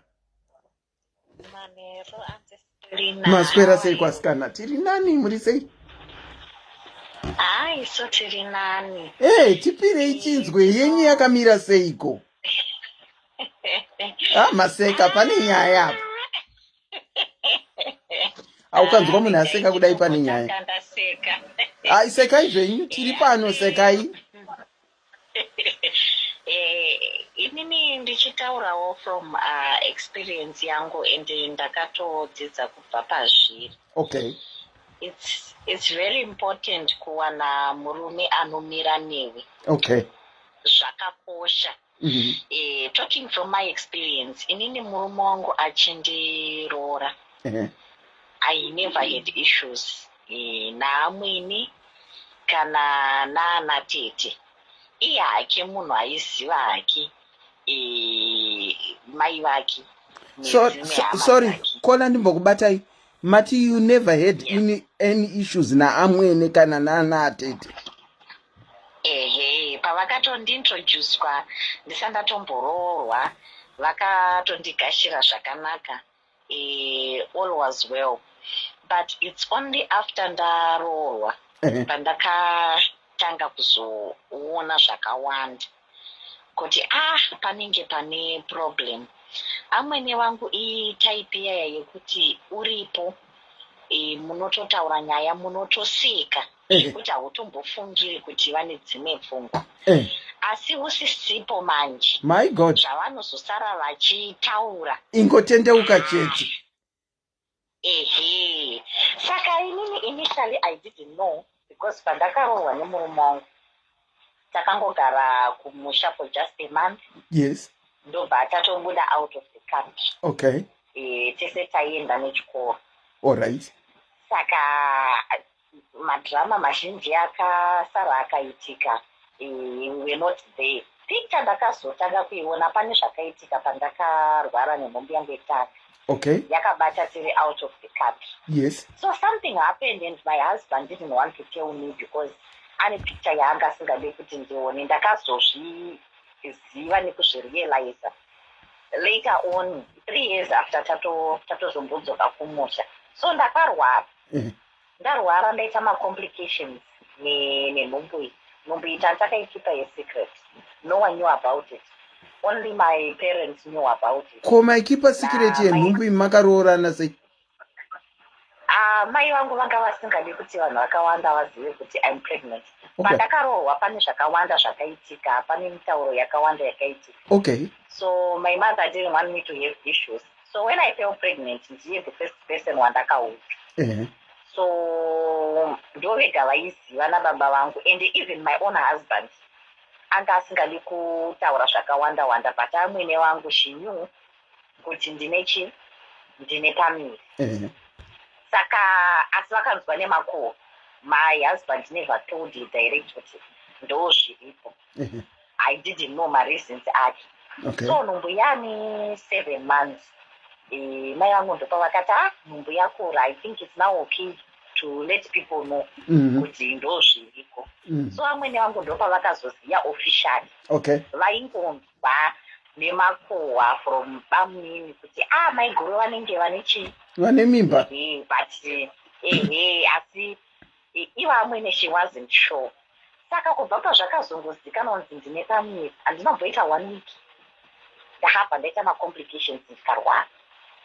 So chaindinetsa ndechekuti amwene wangu she never used to call kubvunza kuti maimobvi muri sei, mamuka sei. Vaingofona pano nepapo zvezvikungoisa message paWhatsApp asi kumwana wavo. Saka ini handinombozviisa musoro, ndakangoti iwewo hazvina basa. Ndikasiyana nazvo. So when we later on came back to Zimbabwe, ndopandakazotanga kuona dzimwe nyaya dzandandisingaoni. Tiriko kunze vaiti kana vachida chinhu usually vaiudza mwana wavo, ndiye wavaiudza. But ini ndiri munhu asina basa nezvinhu zvakawanda. Okay. So I didn't care kuti havatauririi mwana wavo kuti vari kuda chakati. I didn't mind, I didn't care. Ndaingoti kana vakaudza mwana wavo vaudza inini tiri vanhu vamwe chete, so I never had issues with it. So takazoti tadzokera kuZimbabwe ndopandakazotanga kunzwa nyaya dzakawanda abamwene vachiuyawo kwandiri vachigara neni pasi, maiguru mama vatozouya kumba vachichema uko, vanga vachiti inini maimobi havasi kundipa nzvimbo yangu inini samai, ndikutoshaya kuti nyaya idzi dziri kubva kupi. Havasi kundipa nzvimbo yangu inini samai. Amwene wangu pavakarohwa nati zvarawangu vakaomana wavo komani one asi anobvira akagara mushama ati zvarawangu vaingotidzwa kumba hama dzavo. Saka inini kana ndichipa maintroduction kazhinji kumba kwedu ndikangoti kubva ndichitanga kuroorwa vanhu vekumba kwedu vanongoziva kuti mumba memukomana wangu mumba memurume wangu ndiye mukomana mukuru. Saka ndaingozviintrodusa kuti baba amobi ndiye mukomana mukuru. Saka ndaingozvitaura usually that way. Saka iye vaitotora offense yekuti ayo murume wako iwewe haasiri mukomana mukuru, nekuti inini ndine wanguwo futi mwana wandakamboita kusango. Inini ndiye ndichitoitirawo kusaidhi kwavo kuti ndienze kuvharidzira vamwene wangu ndisape history yakanyanya yekuti wakamboita mwana kusaidhiwo. Saka ndaingozviita brush off, ivo votostora pekuti mwana wava ndimurecognize. Saka nyaya dzacho dzakazongodzoka dzoita complicated, vachina ndinombobvira ndakavaratidza kuti ndinozviziva kana kuti ndo zvavanofunga pamusoro pangu. Saka zvakazoitika kuti murume wangu paakadzinzwa nyaya idzi ataurirwawo nemunin'ina wake. Thank God handisiri ndakamuudza. Zvakatozodzoka zvonetsa murume wangu munhu ane attitude yekuti handidi nemukadzi wangu. Kana muine zvekutaura pamusoro pemukadzi wangu, make sure kuti nyaya dzenyu dzine musoro ende munouya monditaurira inini. Ndini ndinoziva kuti how best can I talk to my wife. Handine zvekuvhiringidzira mukadzi wangu. Saka vakazodzoka vonetsana ipo, ndikapedzisira ndonzi ndakatyisa murume zvisizvo, nekuti vanga vavhiringana ikoko nenyaya dzavo. Saka you see kuti even up to now it's an issue zvakawanda handisirina zvakazoitika pakati papo zvandisingakwanisi kutaura, but I thank God vakandipa chipo chekunyarara ende ndine murume anondirwira. Ndakaona ndechekuti my in-laws are sensitive. They are very very sensitive. Saka kazhinji mamwe maconfrontations anozoitika pakati pemuroora nema-in-laws, zvimwe zvacho zvinenge zvichibva pekuti murume haasi kumira nemukadzi wake. Murume akamira nemukadzi wake, inini mamiriro anoita murume wangu mamiriro anondiita kuhama dzake. Handina musi watinoti ndakamisidzana kana natete kana nababa mnini chaiwo kana nani anomira nemi murume wenyu. Yes, he fights my battles and I do the same for him.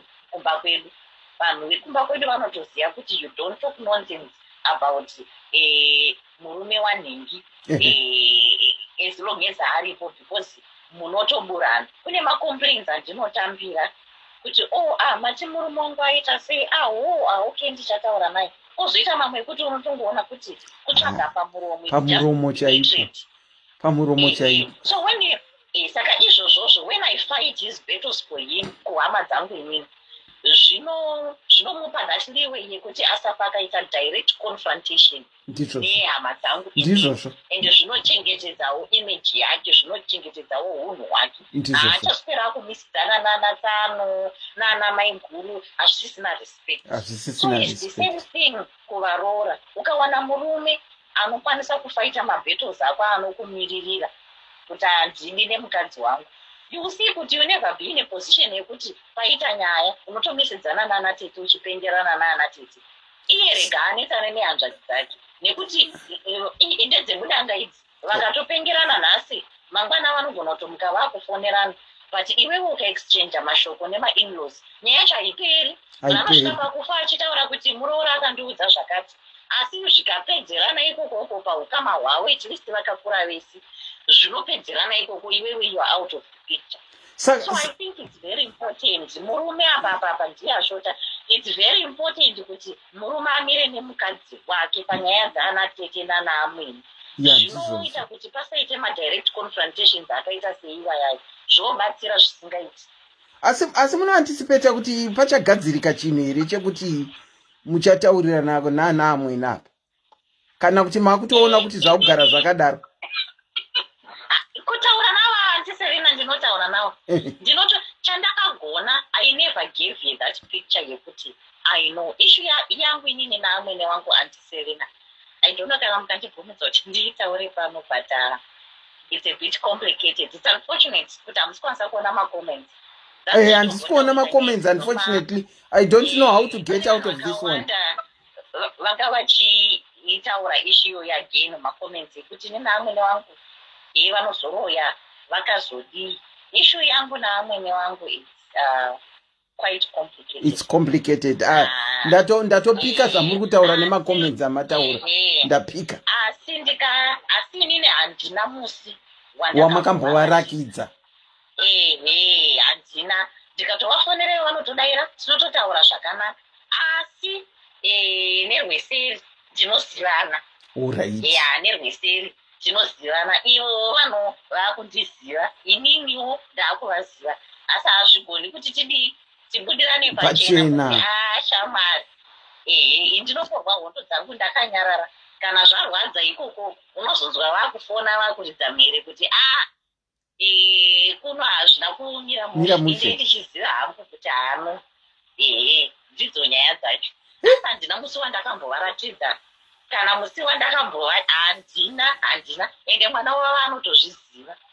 Anotozviziva, pamwe pacho ukatozonzwa wofona unonzwa akutoseka kuti hezvo chakachaya totoseka.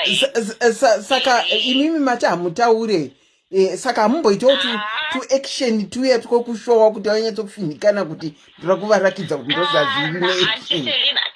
Antiserina handitomboiti izvozvo. Handitombovaratidze. Ende ivo kana ivo kuti vandifungire pachaizvo chaizvo kuti maimobviri pfungwa dzavo dzimbori pasi regarding inini, havatombondifungira, handitombovaratidze. Ndinotongovabata saamai. Ipapa ndakatodzokera kumba kuholiday muna December. Ndakatovatengera magumpese, ndakavatengera machristmas present. Handitombovaratidza, handiiti mistake iyoyo. Asi ndinongogadzirisa nyaya dzangu chinyararire. Ivo kana zvanetsa ikokoko vanongochema asi kuti vazvitaure kuti nyaya dzangu dziya dzandakaita dzaakundizvimbira nokuda kwomukadzi. Vakatomborwisa kuti ndiende, asi wekuzvitaurira panga pasina. Ini ndaiziva hangu zviri kuitika. Saka imimi munongoita muchinyararire, muchiimba song iya yaFerdinand yekuti handidi nemashoko angu. Ndiri type ya yekuti ndinostanda situation. Ndikatoona kuti panapa pari kuita action, ndinotongoita action yangu ndakaita sei makazvinyararira. Ndizvo. Aiwa. Zvinonopedzerana ikoko. Handitauri nemunhu. Kana zvarema ivo havaregi kufona, vanotofona vachichema kuti yowe. Asi kuti vakazopunzwa kuti chii chanetsa hazvizotauriki, vanongonyarara. Kuti munhu achazozvibudise pachena kuti ndakadai hazvizotauriki. Inde ndichingosota nyaya dzangu ndakanyarara. Ndikavaona ndinotovasekerera. Handitombovaratidza kuti pane zvandoziva kana kuti zvadii. Ndinongozviitira nyaya dzangu ndiri kumba kwangu ndakanyarara. Muchingovasekerera henyu zvinoirema rinosekerera. Ndichitosekerera hondo dzikasimuka, ndinoziva kupfugama ndichiita zvinhu zvangu mumba mangu ndakanyarara. Ngazvikudzwe. Aiwa, tiri kutodzidzawo kuti kunyarara uchichengeta mashoko ako kwakanaka. Thank you so much, Kola. Tatenda Kola. Okay, thank you. Thank you, bye. I think takunida kuwind off. Tipedzise chirongwa chedu wedwe. Amwene Tete Nemuroora inyaya iri heated yekuti ukaitarisa inodata back kukudhara. Let me check this caller, probably the last caller tinzwe kuti vari kuti chikola.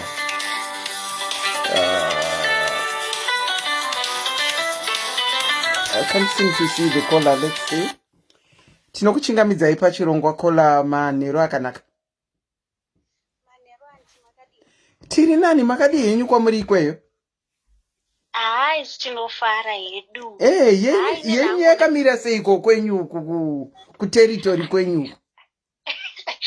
Nangu ndachida kungoti ndakakomborerwa. Taurai tinzwa. Vamwene handisati ndakambovaona zvangu. Hamusati makavaona? Roora natiri kuno hatisati taenda hedu. Tiri muroora wekuWest Africa. Saka tisati hedu tasvikako. Muri kupepe supu? Ndokwati. Saka hamusati masvikako? Aiwa, hatisati tasvikako. Asi vamwene vangu handitogoni navo vedu, handitozivi kuti ndovaitirei. Ipo pafoni ipapo? Pafoni ipapo. Pandakapona mwana wangu wekutanga wechipiri, munhu zvakasina. Asi unotoona effort yaanoisa kufona everyday kuti muri seiko, mwana ari sei, iwo kunzwa sei, zvakamira sei. Nekuti inini wangu murume akakurira kuna baba vake, akagara namai vake kusvika pa10 years, ndobva akazobva akazonogara nababa vake kuGhana. Mai vake vari kuNigeria, but akazonogara nababa kuGhana. Saka akazokura nababa nastepmother. Kuna stepmother ukuku chero pandakapona mwana wangu wechipiri uyu havana kana kumboti makorokoto kana kudii. Saka handinyanyo zvangu kutaura navo, handinyanyo zvinetsa zvangu navo.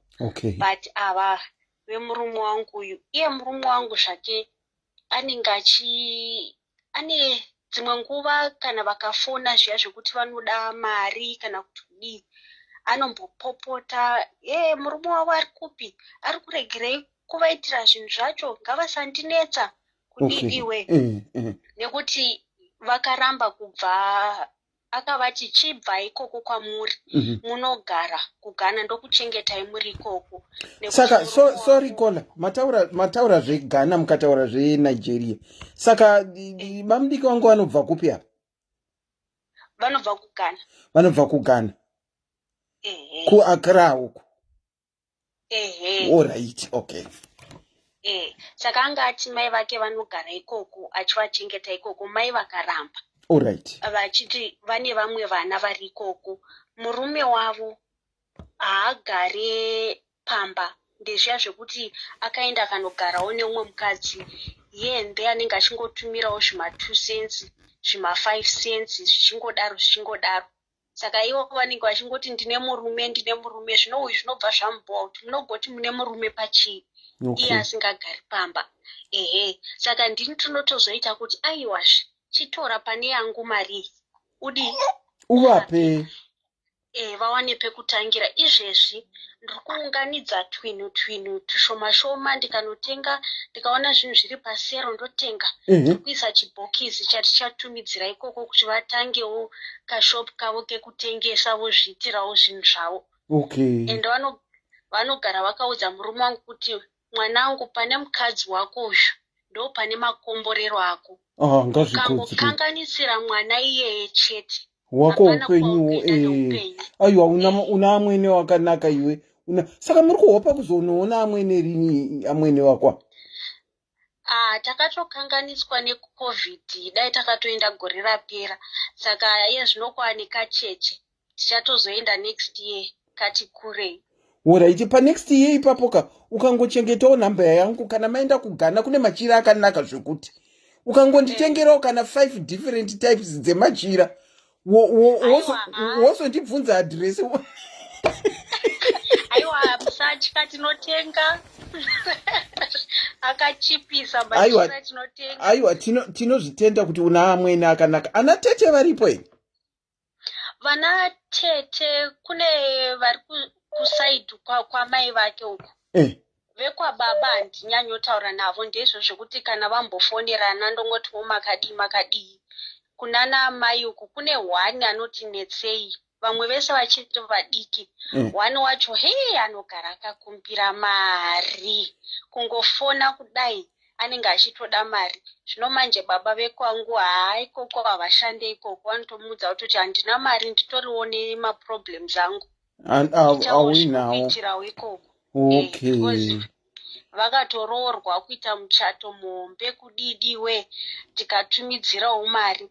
Vapedza kuchata zvakunzi hatina mari yechikafu, titumidzirewo mari, hatina kana pekuvata. Koya wakapiwa yezvipo vakaisa ku mheno kuti zvakafamba sei. Baba vekwangu vakatoti isusu takaenda tikanochata kukoti uko, maiti kwedu taisada kuitawo muchato mukuru here, toona kuti mari yacho haikwani. Zvikanzi akambofona zvikanzi nditorereiwo loni ikoko. Nekuti zvinhu hazvina kundimirira mushe. Ingaona anoganga. Zvikanzi loni inotorerwa kuno kwandiri, dai ndaiziva kwainotorewa ndingadai ndakatonotorawo ndikasovha hangu maproblems angu. Aiwa, tinozvikudza kuti muna amwene vakanaka. Mai vapenyu here Nhaikola? Namai vapenyu zvavo asi all right. Okay, yeah, let's not go there. And andiri kungobvunzirawo zvangu zvandandiri kungobvunzira. Let's not go there, but ndinongotenda kuti muna amwene wakanaka. Asi tinongokutendai nekushare, asi ndisati ndakudonhedzai. Ndati ndingokurangaridzai kuti kuGhana ndati kune machira akanaka stereki. Mukanditengera fanika traditional material yavo iya. Kana kukuperekedzai kunoita chivanhu chekuGhana ndinoenda nemi. Next time yacho yamunozoenda. Ndakatochengeta patinoenda aiwa ndinokuvigirai. Uraiti Kola. Muchengeteka mwana kari pafoto apa kakanaka fani. Maita basa veduwe. Weduwe tatenda hedu. Okay, take care Kola. Enjoy Ghana when you go there. Thank you, I will. Thank you. All right. Okay. Ndakuda kuvhara chirongo vanhu ndopa vakufasa kukola. Ndakuda kuti muri kundiseka. Ndinongoona vanhu muri kungoseka pana.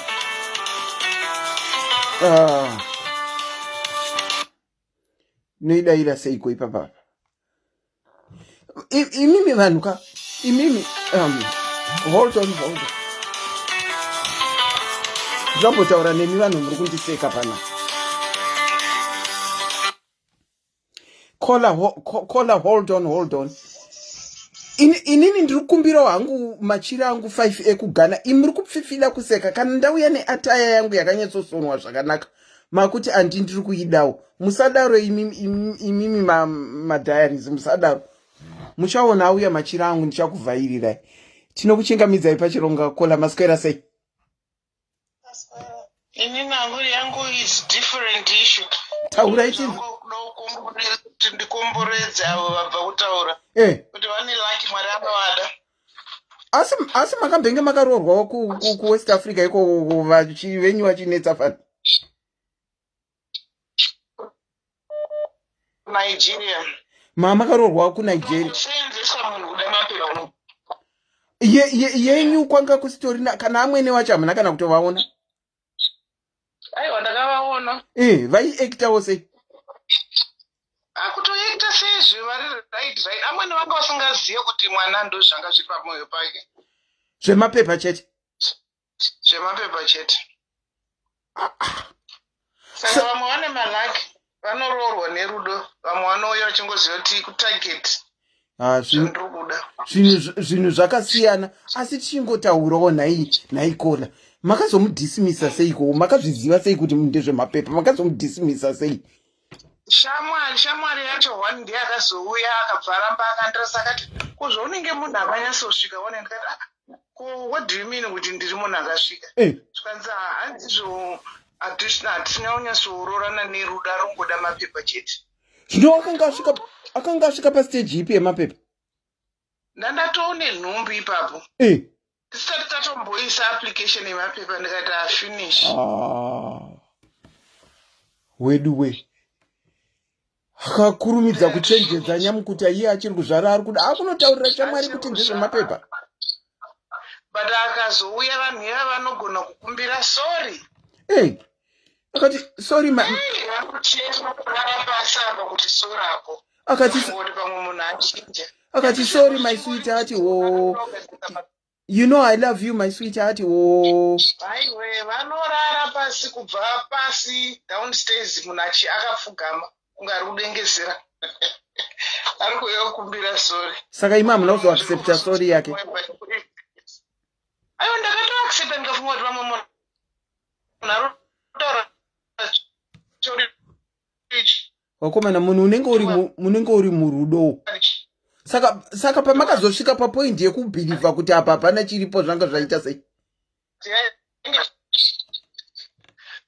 ndachipedzeswa nzi andatichinjei birth certificate manje remwana ndafunga kuti munhu sesi munhu auya apfugama achema kudai so auraidza tichinjei tiise baba pabirth kuti pabirth pamba pasina baba mai wekungobva kuregistry ndakazopesa kutosvika kumba ndatoona kuti shit no turning back because kundachinja kudhara apa pandakuchida unogara pasi manje ndinyatsochifunga kuti mwari ndibatsirei because ndapinda mune imwe territory yandisinganzwisise maiwe 5 years tiri kufamily kuti tichinetsana ikona kuseka nokuti munoudzana zvese zvemubhurugwa zvikuita sei varongogota savangoputika kuseka kuzodzamana but ndakakunda ngekupesera makazokunda mukabudirira aiwa jaji akati bvarira zvese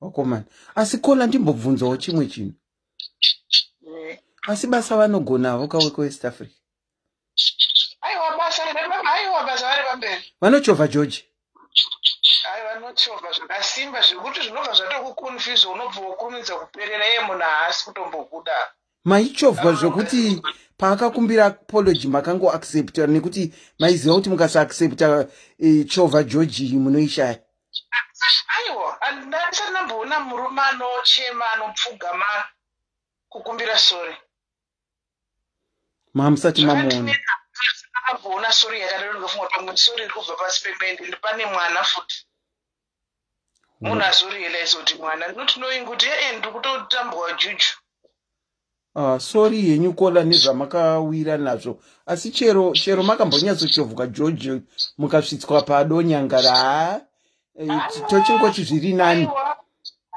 mwari vakazoita vakandipa mumwe futi anobva kuJamaica apa bonde hapana dambudziko mai vake vakazofata ndiri best of best okay saka wekuJamaica uyu amwene wenyu akadiwa wakamira seiwo vakazotaura last minute zvikanzi asi mwana wangu asingakudeni nemira nemwana kuti upadati okay akanvosi vamapesa pandoko ndakutinetsirwa kunzi ndoda kuona vana ndikati endai kuti munotaurira kuti kutaurira kuti munoona vana rii at least vamwe vanerakire ana amwene fanika sevabva kola vanerakire ana amwene vakanaka imi makaitawo henyu laki rekuwana ana chovha George vanonyatsochovha ndima zvekuti bamba wakuru vainyatsokokota mazvita henyu kola tatenda nekusheya maseka mega wakomana makola akuuya iko zvino ndakuda kuvhara thank you kola tinokuchingamidzai pachirongo masikara sei kwasikana Selina muri sei mushe asi mama kutorara kani ndanda kutorara zvangu just what vanenge vanachovha George vakola varega itinzwa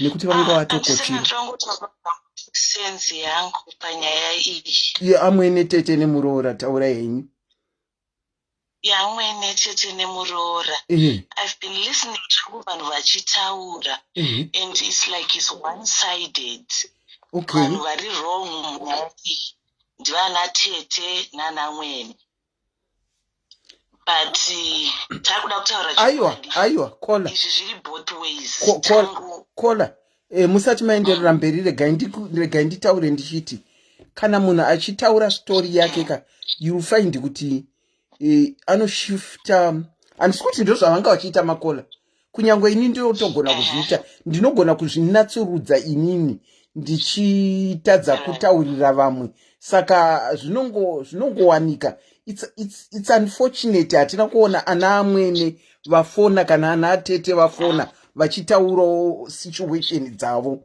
vangori varoora vanenge vari kufona saka totongoenda nealong zviri kuendwa izvozvo asi dai tandaona ana amwene vaiti muroora wangu this that then would say would be talking but taura henyu kola.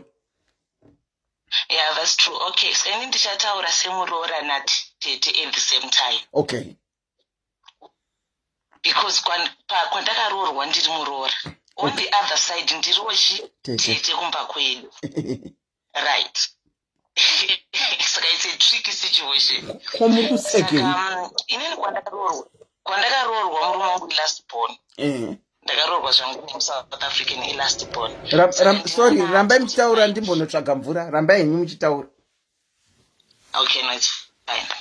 Taura saka ndinana vatete 5 kumba.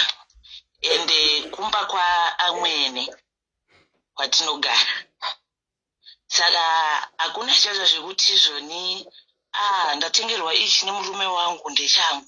Chatengwa mumba ndechemumba for munhu wese. Mind you madzitete avakaroorwa vane dzimba dzavo. But pamba patinogara ndopanani?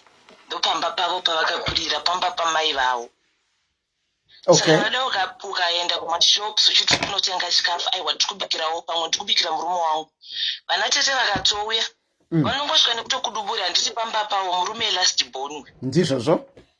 Saka pamba pani pamba pavo. Ndizvozvo. Haukwanisi kutaura kuti izvi zvandabika izvi ndakandiitiro murume wangu kana kuti aiwa drinki yatengerwa special for me.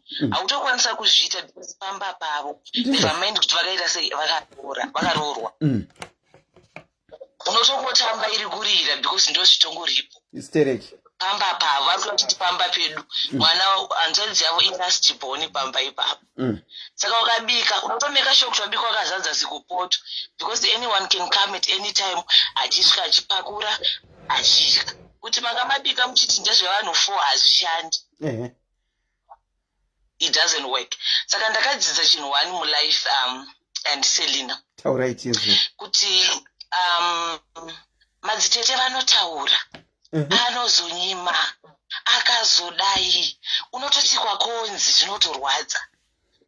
But lesson yandakadzidza inini ndeyekuti it's not everything that you need to tell your husband. Ndozvandakazvidzidzisa. Mati? Akasikisa kabva diki ndakazvidzidzisa kuti it's not everything. Chandinofanira kuudza murume wangu. Okay. Ndikangonzwa kunzi ndanyeiwapo ndakutomhanya. Hanzvadzi yako yazonzi yanditi zvakati. Okay. Akutoburana panya nenyaya yangu. Hapasistorina peace pamba nenyaya yangu. Ndizvozvo. Mukunzwisa my point. Inini I've learned kuti achisi chese chataurwa naTete kana kuti naamwene, achisi chese chaitwa naTete kana kuti naamwene, chandinongofanira kungomhanya kunoudza murume wangu. Okay. Because at the end of the day again it's going to affect me. Ndomuudza handiti kuti hanzvadzi yako yandiita zvakati. Otsamwa vhatina handina mukadzi wangu anonzwaro. Yes, he is standing for his wife.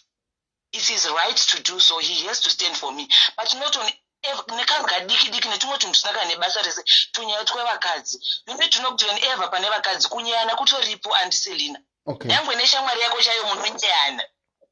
Munotombobvumburudza. Kutongoti vakunyaya wakutomhanya. Kunodza murume wako kuti ndazonyewa naTete vanditi zvakati. Omira unokurwira kuti handina mukadzi anonyeyiwa, handina chakadai. Saka naikola kana muri kutaura situation yenyu zvamunozoti munoudza murume ndo zvakaita sei? Inini handiselina kazoona ndakuudza wangu murume kuti ndanzwaika. Zvinenge zvasvika pakaoma. Ekuti kana bhegi ndienda padhuze nekupeka ndiende kumba kwedu. Wosaka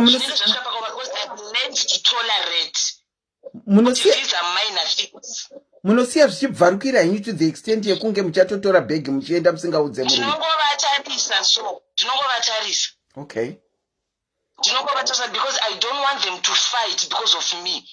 And did you murume wangu apesa asataura nehanzvadzi dzake because of me.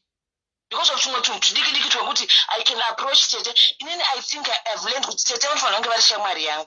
I should confide mavari. But kana isvika point yekuti I cannot confide mavari, then we have a problem. Saka kuti ngoda ndikaona vezvika kuti asi husband boy here yawaita iyi. Tototaura totoseka tosova nyaya. Saka iko zvino ana Tete venyu shamwari dzenyu ana Tete venyu at the moment can you say shamwari? They were so rough. I'm going to be very honest. They were rough. At first they were so rough. Vaita yes. Okay. The fact yekuti ndiri muZimbabwe ivo maSouth African. Munongoziya racism vaingotaura akazotitorera muZimbabwe akazonjikisa murume. They talked up to the point yekuti vakaona kuti uyu kwauyu hapana kwaari kuenda, she's here to stay. Now they are coming around. They are now okay. They are now okay.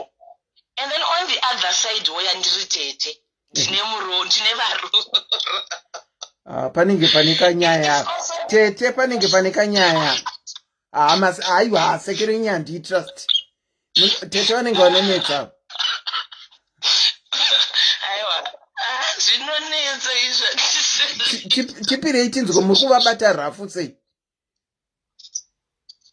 Kana inini Varoora handitomubati rafu. I want Varoora vangu kuti vange vari mafriends angu.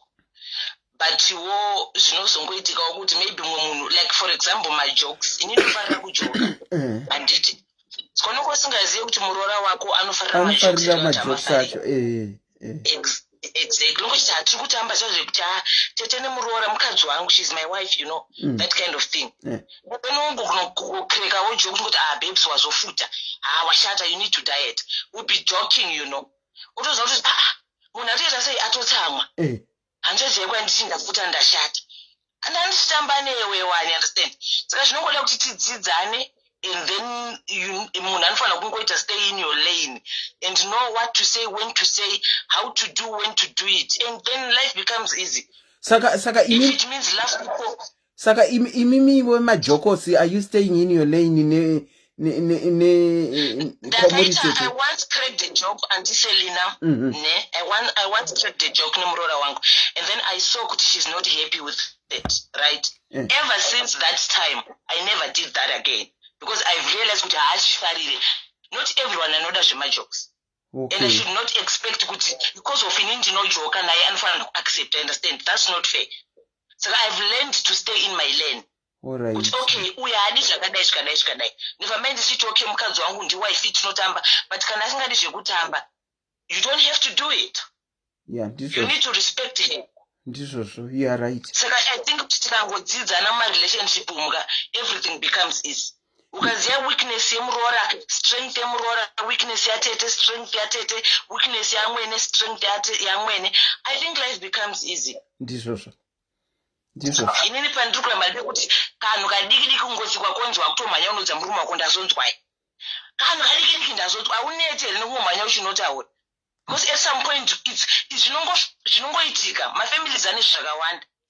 Vanhu vanotaura, nyangwe isiri family people, they always talk. Yeah. Whether you're doing the right thing or the wrong thing, they always talk. So it's not everything that you need to run and say, ndinzwaro. Unotonzwaro, vanhu vanonzwaro, tinotonzwaro. Ndizvo. Yeah, right.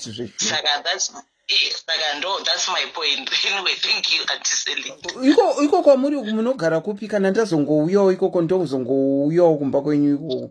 Mumboti ndakanzwa vanoisa cheese munhu kirikini. Vanoisa cheese musadza. Ndezveshuwa. Kupi kwandisele ndiri kuSouth Africa. Ikoko ndokwandiri kutaura kaikoko. Vanoisa cheese musadza, aiwa havaisi cheese musadza. Saka pamwe akandiudza akandinyepera. Aiwa havaisi cheese musadza. Aiwa, take care, Kola. Thank you so much. Thank you. Regai tichipedzisa chirongwa tichivhara. Regai ndichitaura ndichiti pana amwene Tete Nemuroora. Sorry, I'm no longer taking any calls, and sorry I couldn't keep up the same level nemi because andiziwe kuti manhikirikini anonzi mai andiziwe kuti comments angoita sticky pa one place zvikureva kuti chi andizive, saka I couldn't see your comments, But anyway, thank you so much for tuning in. Asirega ndichipedzisira ndichiti vatete vamwene vatete Nemuroora vakadzi vari kuita come from different backgrounds, different understandings, different ways of doing things. Pakati pavo panongoda a compromise of accepting each other and working towards my weaknesses nema strengths of each other. I know kuti ndiri kutaura izvi, but zviri very difficult because in the case yaamwene vanozvitora ivo semunhu ane chihierarchy chake chageneral major. Saka kuti amwene vaite compromise kazhinji zvinotinetsei. Saka you find kuti Muroora ndiye anocompromise, but zvinenge one-sided.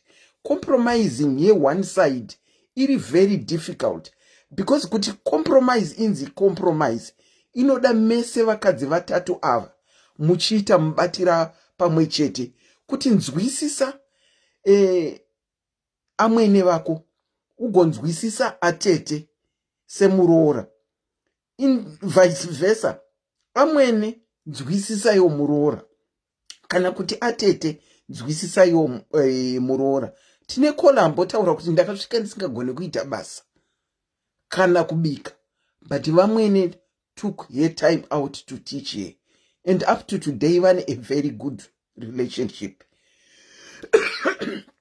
Kana uri Muroora, remember ndati vatete vanogona kunge vakaroorwa, therefore Muroora kumba kwavakaroorwa. Vamwene vakowo Muroora mumusha wavari kugara nekuti vakaroorwa, nekuti vakabva kwavo vachiuyawo kwavakaroorwa. Saka mese muri varoora at some point. Tikango understanda kuti kana wakabva kwawakabva uine zvako zveko, kana wasvika pane imwe nzvimbo chitraya kuadjusta seMuroora kuti ufite into the equation yekumba kwaunenge waroorwa. Ukasvika pamba pevanhu uri Muroora uchiita ngatisimukei kuita kunge simukati yenzane sederere, munoziva kuti ukabika derere ukaritora so ukarisimudza rinoramba richienderera kusvika radambuka. Iwewe kana waroorwa wakuenda kumba kwaamwene, dambura kahunhu kako kekwenyu unodzidzira kekwaamwene kuti ufite zvakanaka. I know, having said that, kuti even ukanodaro pane vamwe ana atete naana amwene vari very difficult, but iwewe try by all means to play low, and apana chaunobva kuita unge wakapusa. Zvinokati amwene vari kusumukawo nekoko, iwe unosumuka nekoko, woti uyatisangane pakati, tete vachirwirawo kusaidi kwamai wavo, kazhinji nyaya yacho haiuyiwine. Thank you so much for tuning in. I hope tadzidza zvakawanda. Ini ndatodzidzawo. Kuita handiseri zvireve kuti ndinozviziva zvese. Ndinotodzidzawo zvamunoona zvakadai. Ndinongokutendai nekuchuna in. Until next time, have a very good night. Our next live is on Wednesday, usually 7 o'clock South African time. And Sis Melly, hopefully she will be there if all is okay. Nezesa yeku South Africa. Saka, good night, guys. I shall leave you and love you. Take care. The name is Auntie Selina.